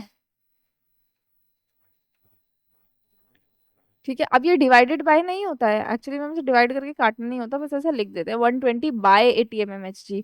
ये जो 120 mmHg है, it is basically the systolic pressure. 80 mmHg is basically the diastolic pressure. अब ये सिस्टोलिक और डायस्टोलिक क्या है, अब ये तुम समझ सकते हो। जब आपकी वेंट्रिकल्स कॉन्ट्रैक्ट कर रही हैं तो ब्लड वेसल में जितना pressure is known as the systolic blood pressure. जब वेंट्रिकल रिलैक्स कर रहा है तब भी तो कुछ प्रेशर होगा ब्लड वेसल में। अब प्रेशर क्या होगा? जो ब्लड और ब्लड की सेल्स होंगी वो वॉल पे प्रेशर लगा रही होंगी, उसी को हम नाप रहे हैं। तो जब रिलैक्स कर रही है तब है 80, जब एक्चुअली में कॉन्ट्रैक्ट करेगी तो प्रेशर ज्यादा होगा, इट विल बी 120। समझ में आया? आया समझ में? सो 120/80 है क्या? Basically systolic by diastolic pressure, and it is basically the normal values, ठीक है। हाँ, ठीक है। अब कौन सा इंस्ट्रूमेंट है जिससे हम बीपी को नापते हैं? स्फिग्नोमैनोमीटर। एक होता है ना, डॉक्टर लेके बैठे रहते हैं, स्टेथोस्कोप लगाते भी हैं और स्फिग्नोमैनोमीटर भी लेके बैठे रहते हैं, है ना। So the instrument will be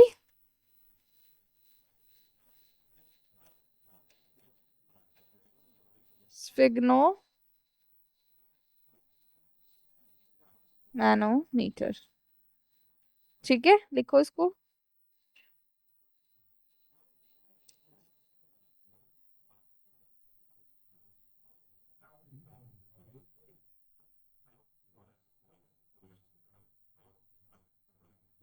कौन सी? पॉजिटिव नेगेटिव याद करो, जब मैंने तुम्हें नर्व पढ़ाया था तब मैंने तुम्हें सोडियम पोटेशियम पढ़ाए थे ना। यही पोटेशियम सोडियम ये सारी चीजों को क्या? हाँ, आयंस की वजह से। जनरली जो करंट होता है वो भी किसकी वजह से होता है? इलेक्ट्रॉन की वजह से, नेगेटिव चार्ज की वजह से, है ना। तो यहाँ पे भी पॉजिटिव नेगेटिव इन सारी चीजों की वजह से होता है। बीपी से रिलेटेड बच्चों दो टर्म्स हैं जो आपको पता होनी चाहिए। एक है हाइपरटेंशन और दूसरी है हाइपोटेंशन। क्या दोनों टर्म्स का नाम सुना है आपने? What is hypertension? हाँ, high BP is known as hypertension and continuous low BP is known as hypotension। तो हाइपरटेंशन में किसी को कब बोलूंगी? जब उसका बीपी हाई है, यानी कि वो लगभग 140/90 पहुंच गया है, ठीक है। समझ में आया? तो उसको बोलेंगे हम कि भाई आपका बीपी जो है वो हाई है, सो हाइपर टेंशन। लो का क्या मतलब है? कम हो गया है, तो भाई थोड़ा सा कम कर लेते हैं, 120 का 110। हाँ, नहीं नहीं नहीं, ऐसे नहीं। लिखो, इसको ऐड कर लो बच्चों।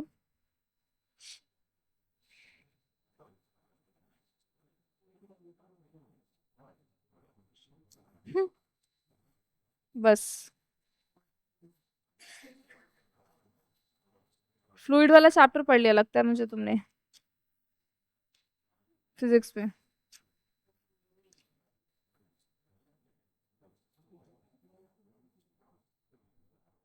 चलें आगे। हेडिंग डालो artery and vein. TS of artery and Wien.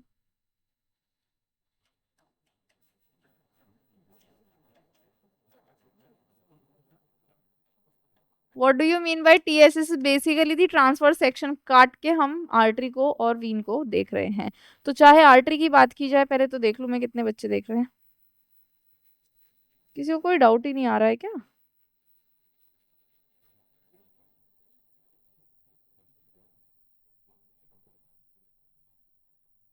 तुम भी तो देख ही रहे हो।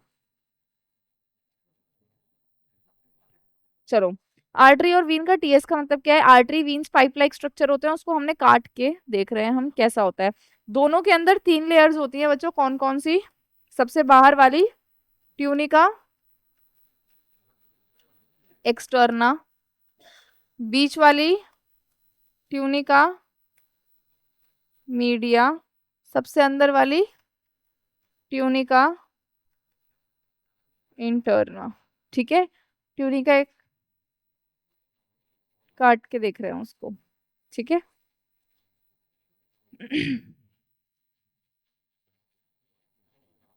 देखो, आर्टरी में एक चीज याद रखनी है, इधर मैं बना रही हूँ आर्टरी, इधर मैं बनाऊंगी वेन। आर्टरी का ल्यूमेन स्मॉल होता है और इसमें प्रेशर ज्यादा होता है। ल्यूमेन समझते हो ना, पाइप के अंदर जो जगह होती है, जो डायमीटर है उसका अंदर का, तो वो छोटा है आर्टरी में, तो उसमें प्रेशर भी जो है वो ज्यादा होगा। और छोटा क्यों है? क्योंकि वॉल कैसी है इसकी? थिक। ठीक है, अब मेरी बात सुनो। हार्ट ने, सुनते जाना, वेंट्रिकल्स कॉन्ट्रैक्ट हुए तो ब्लड किस में गया? आर्टरीज में। तो आर्टरीज की वॉल को थिक होना बनता है। उसके बाद वो आर्टरीज आगे जाके क्या बनाती है? कैपिलरीज, कैपिलरीज के बाद वेन्यूल्स, और लास्ट में एकदम वीन्स बनते हैं, और वो भी हार्ट में वापस आते हैं। तो देखा जाए तो वीन जो है वो हार्ट से सबसे दूर वाला डिस्टेंस ट्रेवल करके आ रहे हैं, तो वीन में उतना ज्यादा प्रेशर होता नहीं है। तो वीन का जो ल्यूमेन होता है वो कैसा होता है? वाइड। और प्रेशर कैसा होता है यहाँ पे? कम। ठीक है, इतनी इंफॉर्मेशन लिखो।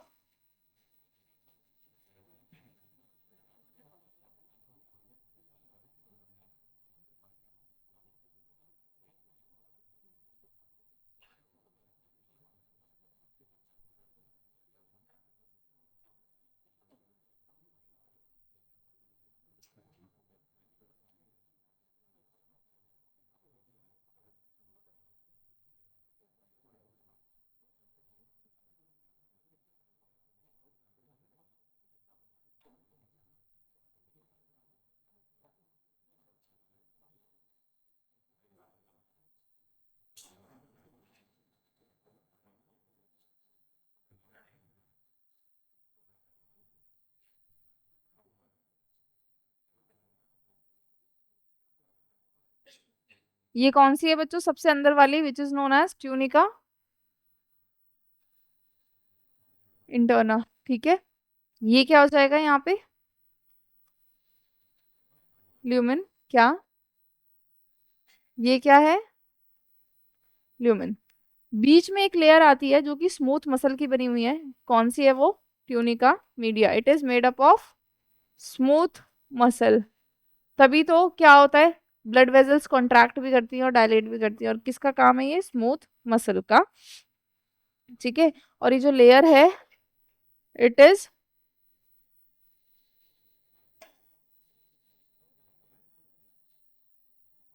Thick here and thin here. तो ये कौन सी लेयर है बच्चों? Tunica media. इसमें क्या है? बहुत सारी स्मूथ मसल। मैं ऐसी बना देती हूँ, यहाँ पे क्या प्रेजेंट है? बहुत सारी स्मूथ मसल्स। ठीक है,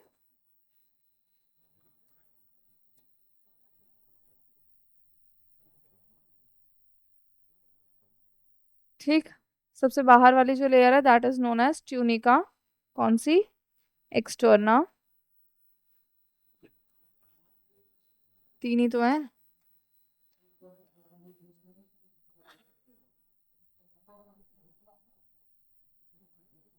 ये वाली जो है बच्चों, ग्रीन वाली, इसको कौन सी लेयर है ये? एक मिनट। Tunica externa. यहाँ पे भी ये कौन सी लेयर है? Tunica externa. किससे बनी हुई है ये?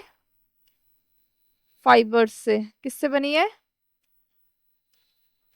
और सबसे अंदर की लाइनिंग कौन करती है ब्लड वेसल्स की? स्क्वामस एपिथेलियम करती है, नहीं करती? तो ट्यूनिका इंटरना कौन सी हो गई? It is basically the epithelium. Hmm, समझ में आया आपको?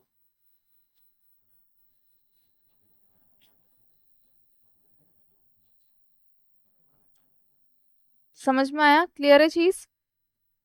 तो डिफरेंस देख लेना। डिफरेंस क्या है कि जो ट्यूनिका मीडिया है, इट इज, इसी के बारे में अगर हम यहाँ लिखें तो thick N artery and thin इन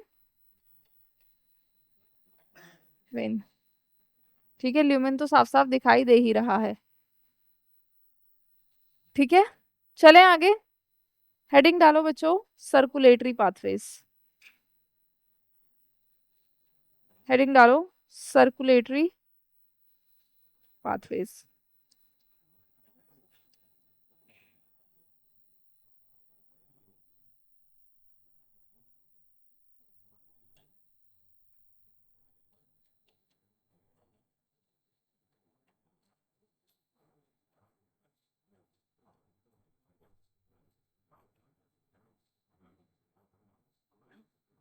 कर लो।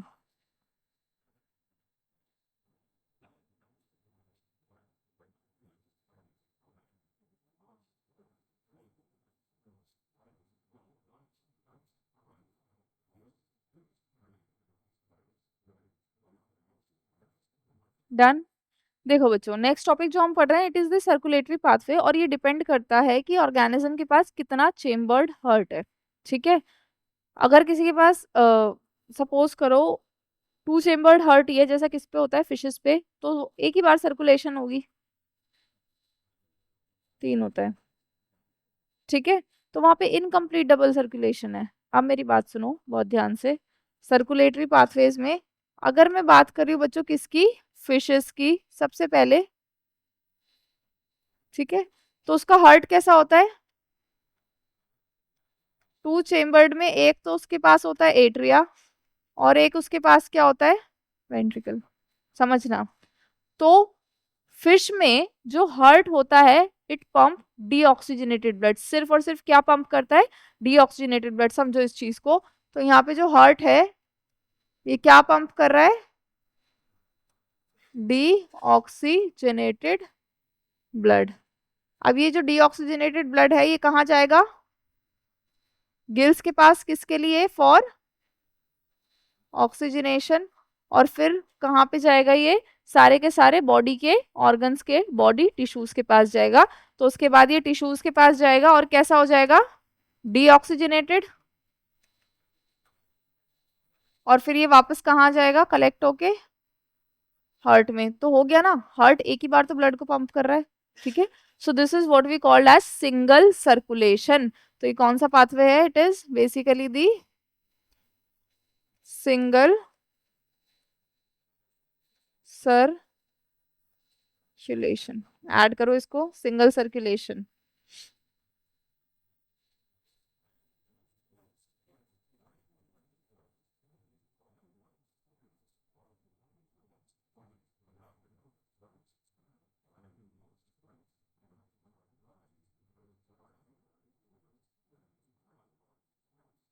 फिशेस के बाद कौन आते हैं आपके, एम्फीबियंस एंड रेप्टाइल्स आएंगे ना।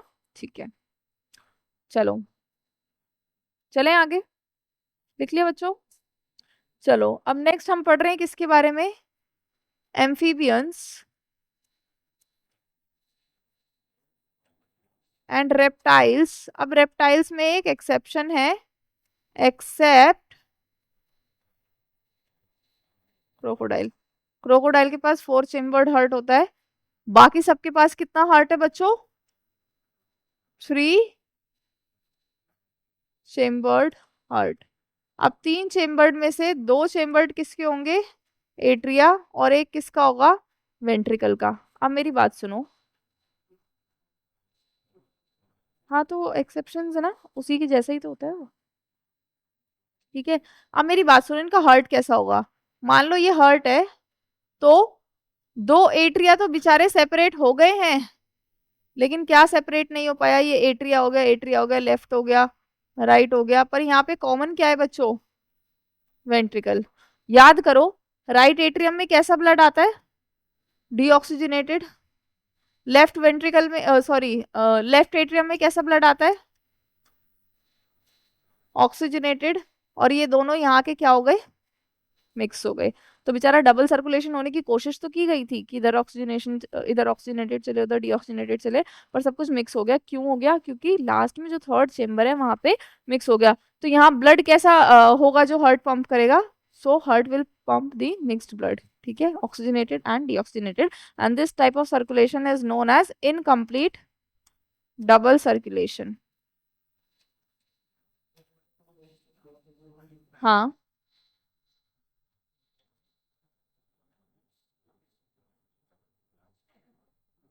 ठीक है, इतनी डिमांड भी नहीं है ना एनर्जी की, क्यों? क्योंकि टेम्परेचर अपना रेगुलेट नहीं कर रहे हैं हम लोग। ज्यादा एनर्जी क्यों डिमांड है हमारी? क्योंकि हमारा ज्यादातर एनर्जी इसी चीज में लग जाती है कि हमारा अंदर का जो बॉडी टेम्परेचर है वो कितना रहना चाहिए, कांस्टेंट रहना चाहिए। चाहे मुझे सर्दी में खड़ा कर दो या मुझे गर्मी में खड़ा कर दो, मेरा जो अंदर टेम्परेचर है वो कांस्टेंट रहेगा। तो मेरी एनर्जी की डिमांड भी ज्यादा है, और उसी एनर्जी की डिमांड को फुलफिल करने के लिए हमारे ह्यूमंस में और बर्ड्स में क्या हो गया है बच्चों, पूरे चेम्बर्स जो है वो कंप्लीटली डिवाइड हो गए हैं। तो कैसा हमारा हार्ट है, 4 चेम्बर्ड। तो बर्ड्स हो गए, मैमल्स हो गए, क्रोकोडाइल्स हो गए, उनका चेम्बर्ड कैसा है, 4 चेम्बर्ड। लिखो बच्चों, crocodile, bird and mammals, they have how many chambered heart बच्चों? नहीं, अभी तक मैक्सिमम यही चल रहा है। ठीक है, मैमल है ना वो भी। कितने एट्रियम बच्चों? 2 एट्रियम है, 2 वेंट्रिकल है। और यहाँ पे हार्ट कैसा ब्लड पंप करता है? दोनों तरीके का, है ना। सो heart will pump both oxygenated and deoxygenated blood. So heart pumps both oxygenated and deoxygenated blood। ठीक है, अब कैसी सर्कुलेशन है बच्चों? यहाँ पे 2 तरीके की सर्कुलेशन चल रही है प्रॉपर। सो यहाँ पे क्या हो रही है बच्चों, डबल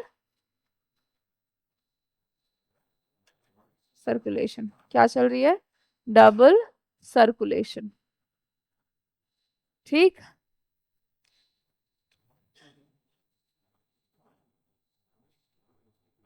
ठीक है, हेडिंग डालो बच्चों,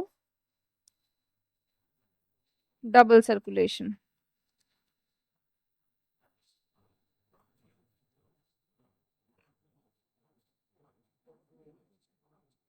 हाँ, बस एक लास्ट उसमें समझाना है, बस एक प्रॉपर डायग्राम बना के।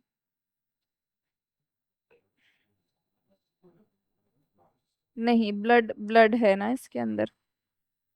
ब्लड ग्रुपिंग मुझे लगता है मैं तुम्हें पढ़ा चुकी हूँ। ब्लड भी मैं तुम्हें पढ़ा चुकी हूँ और लिम्फ भी मैं तुम्हें पढ़ा चुकी हूँ। हाँ, तो ये 3 टॉपिक थे इसके अंदर। और कोआगुलेशन ऑफ ब्लड पढ़ाया है मैंने तुम्हें? Blood coagulation. हम्म,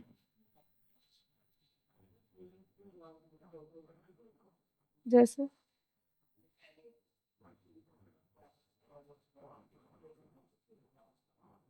वो ह्यूमन फिजियो नहीं थी। हाँ, ह्यूमन फिजियो तो ये है। ह्यूमन फिजियो तो हमारी लास्ट क्लास से स्टार्ट हुई है ना, रेस्पिरेशन और ये ट्रांसपोर्टेशन, एक्सक्रीशन है, कंट्रोल कोऑर्डिनेशन पहले पढ़ा दिया था। ठीक है, ऐसे चले। हेडिंग डाल दी बच्चों, डबल सर्कुलेशन।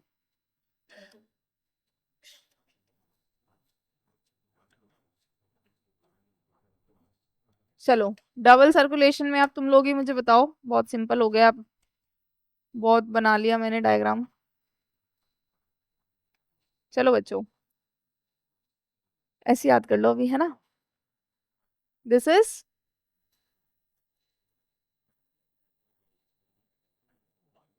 बताओ, चलो ब्लड वेसल्स बताओ। राइट एट्रियम से क्या हो रहा है? बिल्कुल सही। क्या निकल रही है?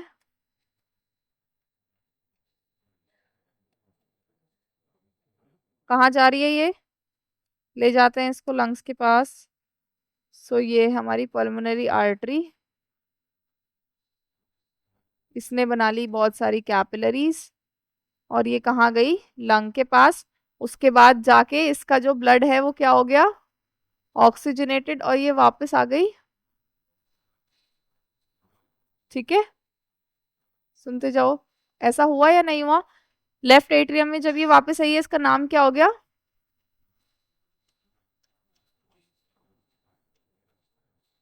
क्या इतना क्लियर है? ये जो सर्कुलेशन हुआ है, this is the circulation number 1। ठीक है, इसको बोलते हैं पल्मोनरी सर्कुलेशन। कैसा सर्कुलेशन है ये? लंग्स के पास तक आ रहा है ना, इसको हम बोल रहे हैं पल्मोनरी। डन। अब दूसरा सर्कुलेशन कहाँ है? ये रहा ब्लड आ गया इसमें। अब लेफ्ट वेंट्रिकल से ब्लड जाएगा। ठीक है, तो लेफ्ट वेंट्रिकल से ले जाते हैं ब्लड को। ये रहा हमारा लेफ्ट वेंट्रिकल, जरा बस बस बस, ये रहा लेफ्ट वेंट्रिकल। इससे जा रही है क्या?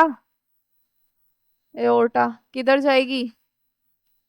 किधर जाएगी बच्चों? टिश्यूज के पास। सो ये रे क्या? टिश्यूज। टिश्यूज इसको क्या दे देंगे? CO2, और ये ब्लड कैसा हो जाएगा? डीऑक्सीजनेटेड। अब ये बेचारा ब्लड कहाँ जाए बताओ? क्या बन जाएगा अब? ये सुपीरियर और इंफीरियर वेना कावा, ऐसे बना दो इसको। So this will be blue colour की, क्या है ये? Vena cava. और दिस विल बी दी, ये जो सर्कुलेशन है पूरा सिस्टम में चल रहा है, and this is known as systemic circulation. क्या बोलते हैं इसको?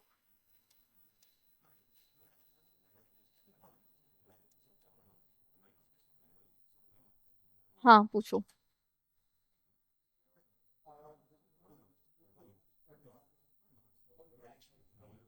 मतलब क्या? बोलो बोलो। कहाँ? डायग्राम में या बॉडी में प्रॉब्लम है? बॉडी में प्रॉब्लम। कैपिलरीज का मतलब है पूरे बॉडी में डिवाइड हो गया, पूरी बॉडी के टिश्यू को गया, वहां सारी बॉडी से कलेक्ट हुआ है, तब जाके उसमें राइट एट्रियम में एंटर करा है।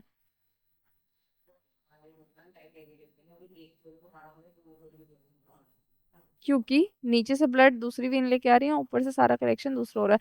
आगे इतनी ब्रांचेस हैं इसकी, इतनी ब्रांचेस है, किसी डॉक्टर से पूछना तुम जाके, इसकी इतनी ब्रांचेस होती हैं, और कौन सी ब्रांच कहाँ से निकल रही है, किधर की तरफ हो जाती है, सब कुछ डॉक्टर को याद रखना पड़ता है। किस मसल के आगे है, किस मसल के पीछे है, उसके साइड में कौन सी नर्व है, सब कुछ याद रखना पड़ता है। ठीक है, ये तो बहुत सिंपलेस्ट है, इसकी तो डिविजन्स लिखी भी नहीं है मैंने। ठीक है, अगर आपसे पूछा जाए कि व्हाट इज डबल सर्कुलेशन, तो it includes both the systemic and pulmonary circulation. Add करो इसको।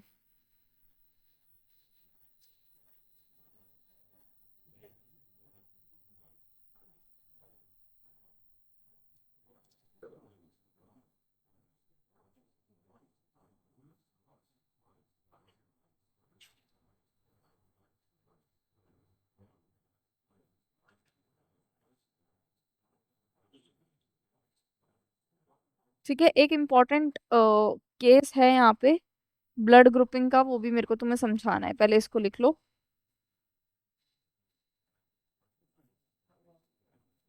इसके बाद थोड़ा सा ब्लड के बारे में पढ़ना है, और डिसऑर्डर्स बताऊंगी, बस खत्म फिर। समझ में तो आ रहा होगा? चलें आगे। लिखो RH ग्रुपिंग, या ब्लड ग्रुप्स लिखो सबसे पहले आप लोग।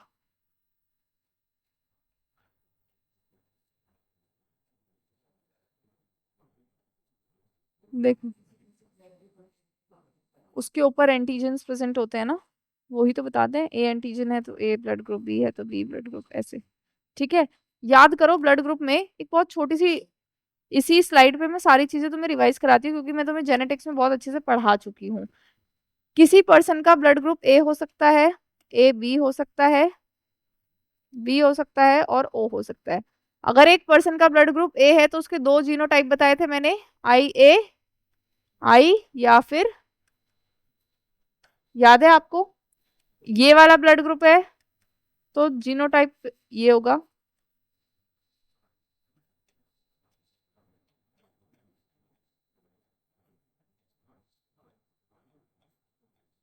क्लियर है चीजें? ठीक है। दूसरा एक और ब्लड ग्रुप होता है, इट इज नोन एज, ये वाला तो एबीओ ब्लड ग्रुप है, एंड एक और होता है that is R H grouping. ये भी मैंने आपको उस टाइम पे पढ़ाया था कि रीजस मंकी के ऊपर कुछ एंटीजन दिखे थे, 80% of the population has that are H antigen, तो उनको हम क्या बोलेंगे, आर एच पॉजिटिव, और जो 20% है दे डू नॉट हैव, तो वो क्या हो जाएंगे, आर एच नेगेटिव। ठीक है, समझ में आया? अब एंटीबॉडीज का भी बताया था मैंने आपको, ब्लड ट्रांसफ्यूजन भी बताया था, याद करके बताओ।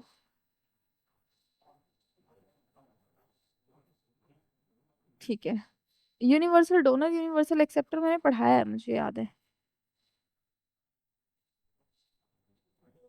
डोनर एक्सेप्टर्स पढ़ाया है।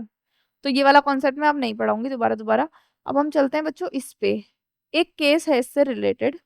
केस क्या है, देखो समझो इस चीज को, पहले देख लो, जिसपे आर एच एंटीजन है आर एच पॉजिटिव होते हैं, जिसपे नहीं है उसको आर एच नेगेटिव बोलते हैं। चलो देखो, जिसके पास आर एच एंटीजन है वो आर एच पॉजिटिव है, ठीक है। जिसके पास आर एच एंटीजन नहीं है वो आर एच नेगेटिव है। डन। अब इधर देखो, जिसके पास, जिसकी आरबीसी के पास आर एच का एंटीजन है, तो उसकी बॉडी में उसके अगेंस्ट एंटीबॉडी नहीं होगी। क्यों? क्योंकि अगर होगी तो इसी एंटीजन से इसकी आरबीसी को ही खत्म कर देगी। समझ में आया? हाँ।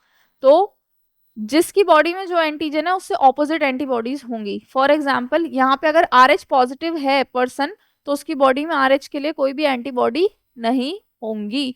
तो मैं लिख दूं there will be no antibodies against R H antigen. अब ऐसा बंदा जिसने कभी आर एच एंटीजन देखा नहीं, तो उसकी बॉडी में आर एच एंटीबॉडीज बन जाएंगी। बन जाएंगी कब बन जाएंगी? जब आप उसको आर एच पॉजिटिव से इंट्रोड्यूस करा दोगे। ठीक है, सो इट विल फॉर्म, ऐसा वाला person will form R H anti R H anti, ठीक है, एंटी आर एच नहीं, आर एच एंटीबॉडी। ठीक है, समझ में आया इतना? इससे रिलेटेड एक केस है। केस क्या है, ये मान लो एक मदर है, ठीक है,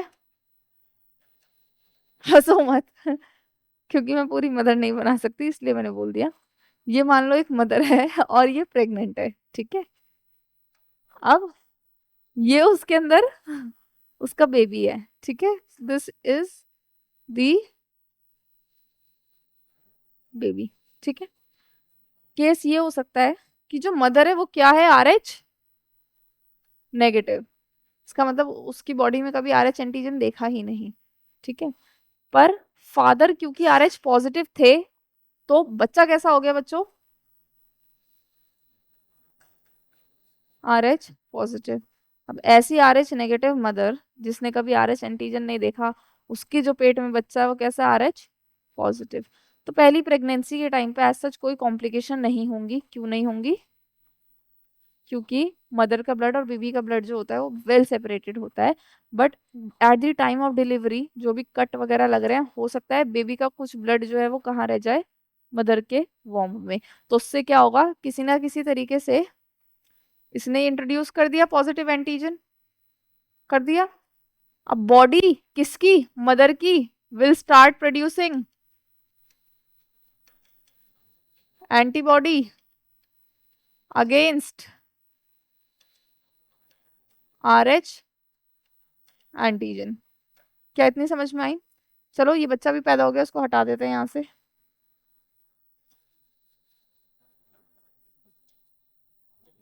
अब बात क्या हुई, सुनो, इसको मैंने इसलिए नहीं हटाया, इन केस अगर ये दोबारा से प्रेग्नेंट होती है तो तब बच्चा दोबारा से क्या होगा, आर एच पॉजिटिव होगा, यही होगा।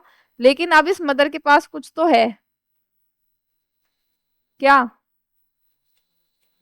बच्चे मारने की दवाई एंटी बॉडीज है, किसके अगेंस्ट, इसके अगेंस्ट। ठीक है। हाँ, तो उससे क्या होता है, इन केस होता क्या है बच्चों,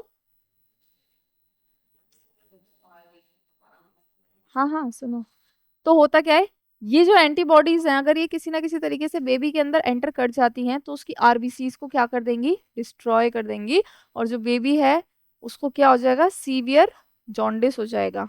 ठीक है, सीवियर जॉन्डिस हो जाएगा। इस कंडीशन को बोलते हैं अरिथ्रोब्लास्टोसिस फीटालिस। क्या बोलते हैं,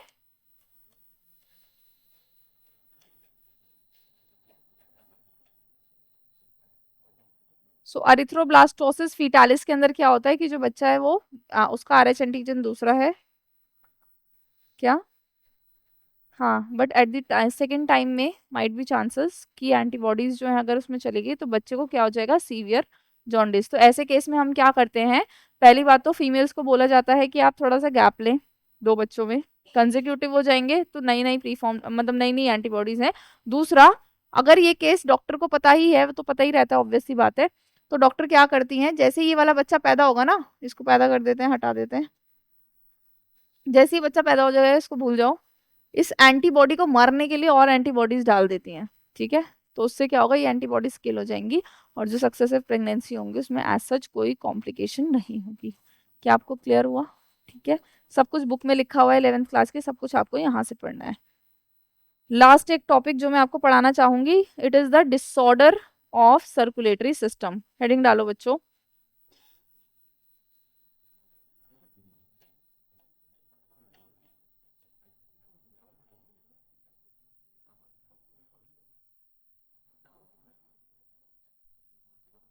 एक तो मैंने आपको पढ़ाई दिया बच्चों, हाइपरटेंशन और हाइपोटेंशन। टर्म्स बताती हूँ।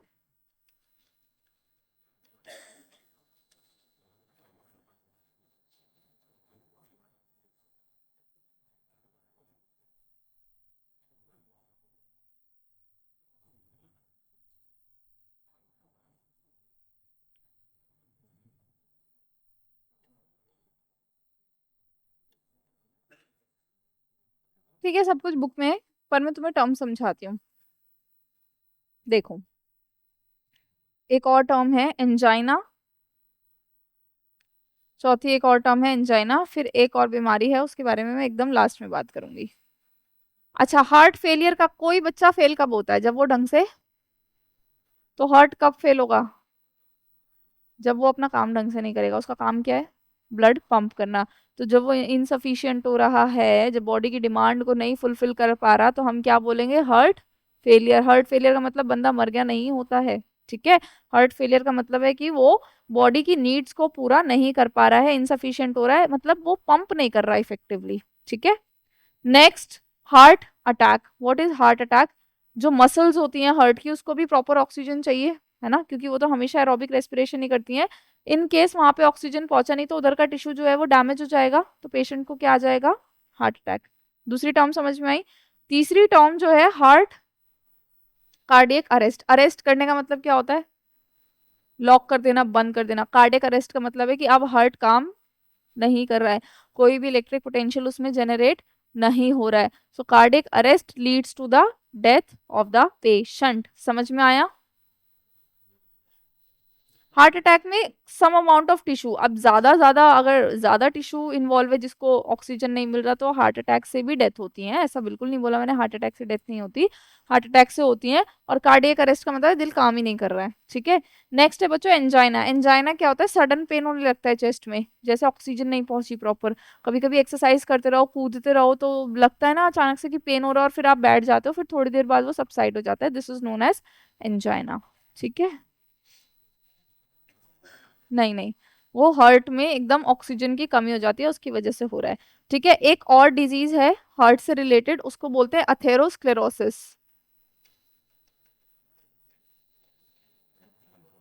इसका मतलब क्या है, जो भी हम तला भुना फैट लिपिड जो भी बहुत ज्यादा खा रहे हैं, वो क्या करेगा बच्चों, जो आर्टरी का ल्यूमेन है इसके साइड में डिपॉजिट हो जाएगा,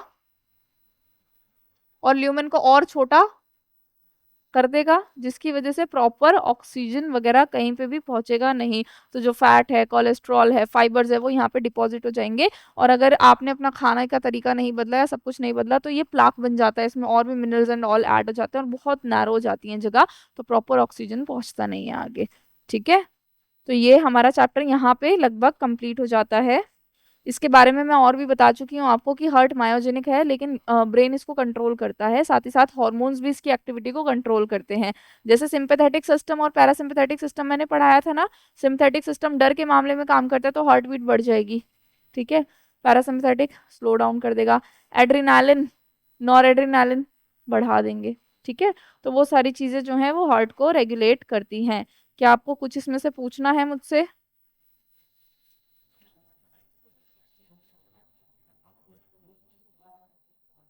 कुछ पार्ट ऑफ द मसल जो है उसको प्रॉपर ऑक्सीजन एंड सब कुछ नहीं पहुंच रहा, जिसकी वजह से ये हो रहा है। कार्डियक मसल, पूरा हार्ट ही कार्डियक मसल का बना हुआ है ना, मसल ही खराब हो गई है। हाँ, उसी को बोलते हैं। नहीं, स्कार रह जाता ना, वो मसल डैमेज ही हो गई ना वहां से तो। नहीं। ठीक है, खत्म करें इसको, कुछ पूछना है? नहीं। Thank you.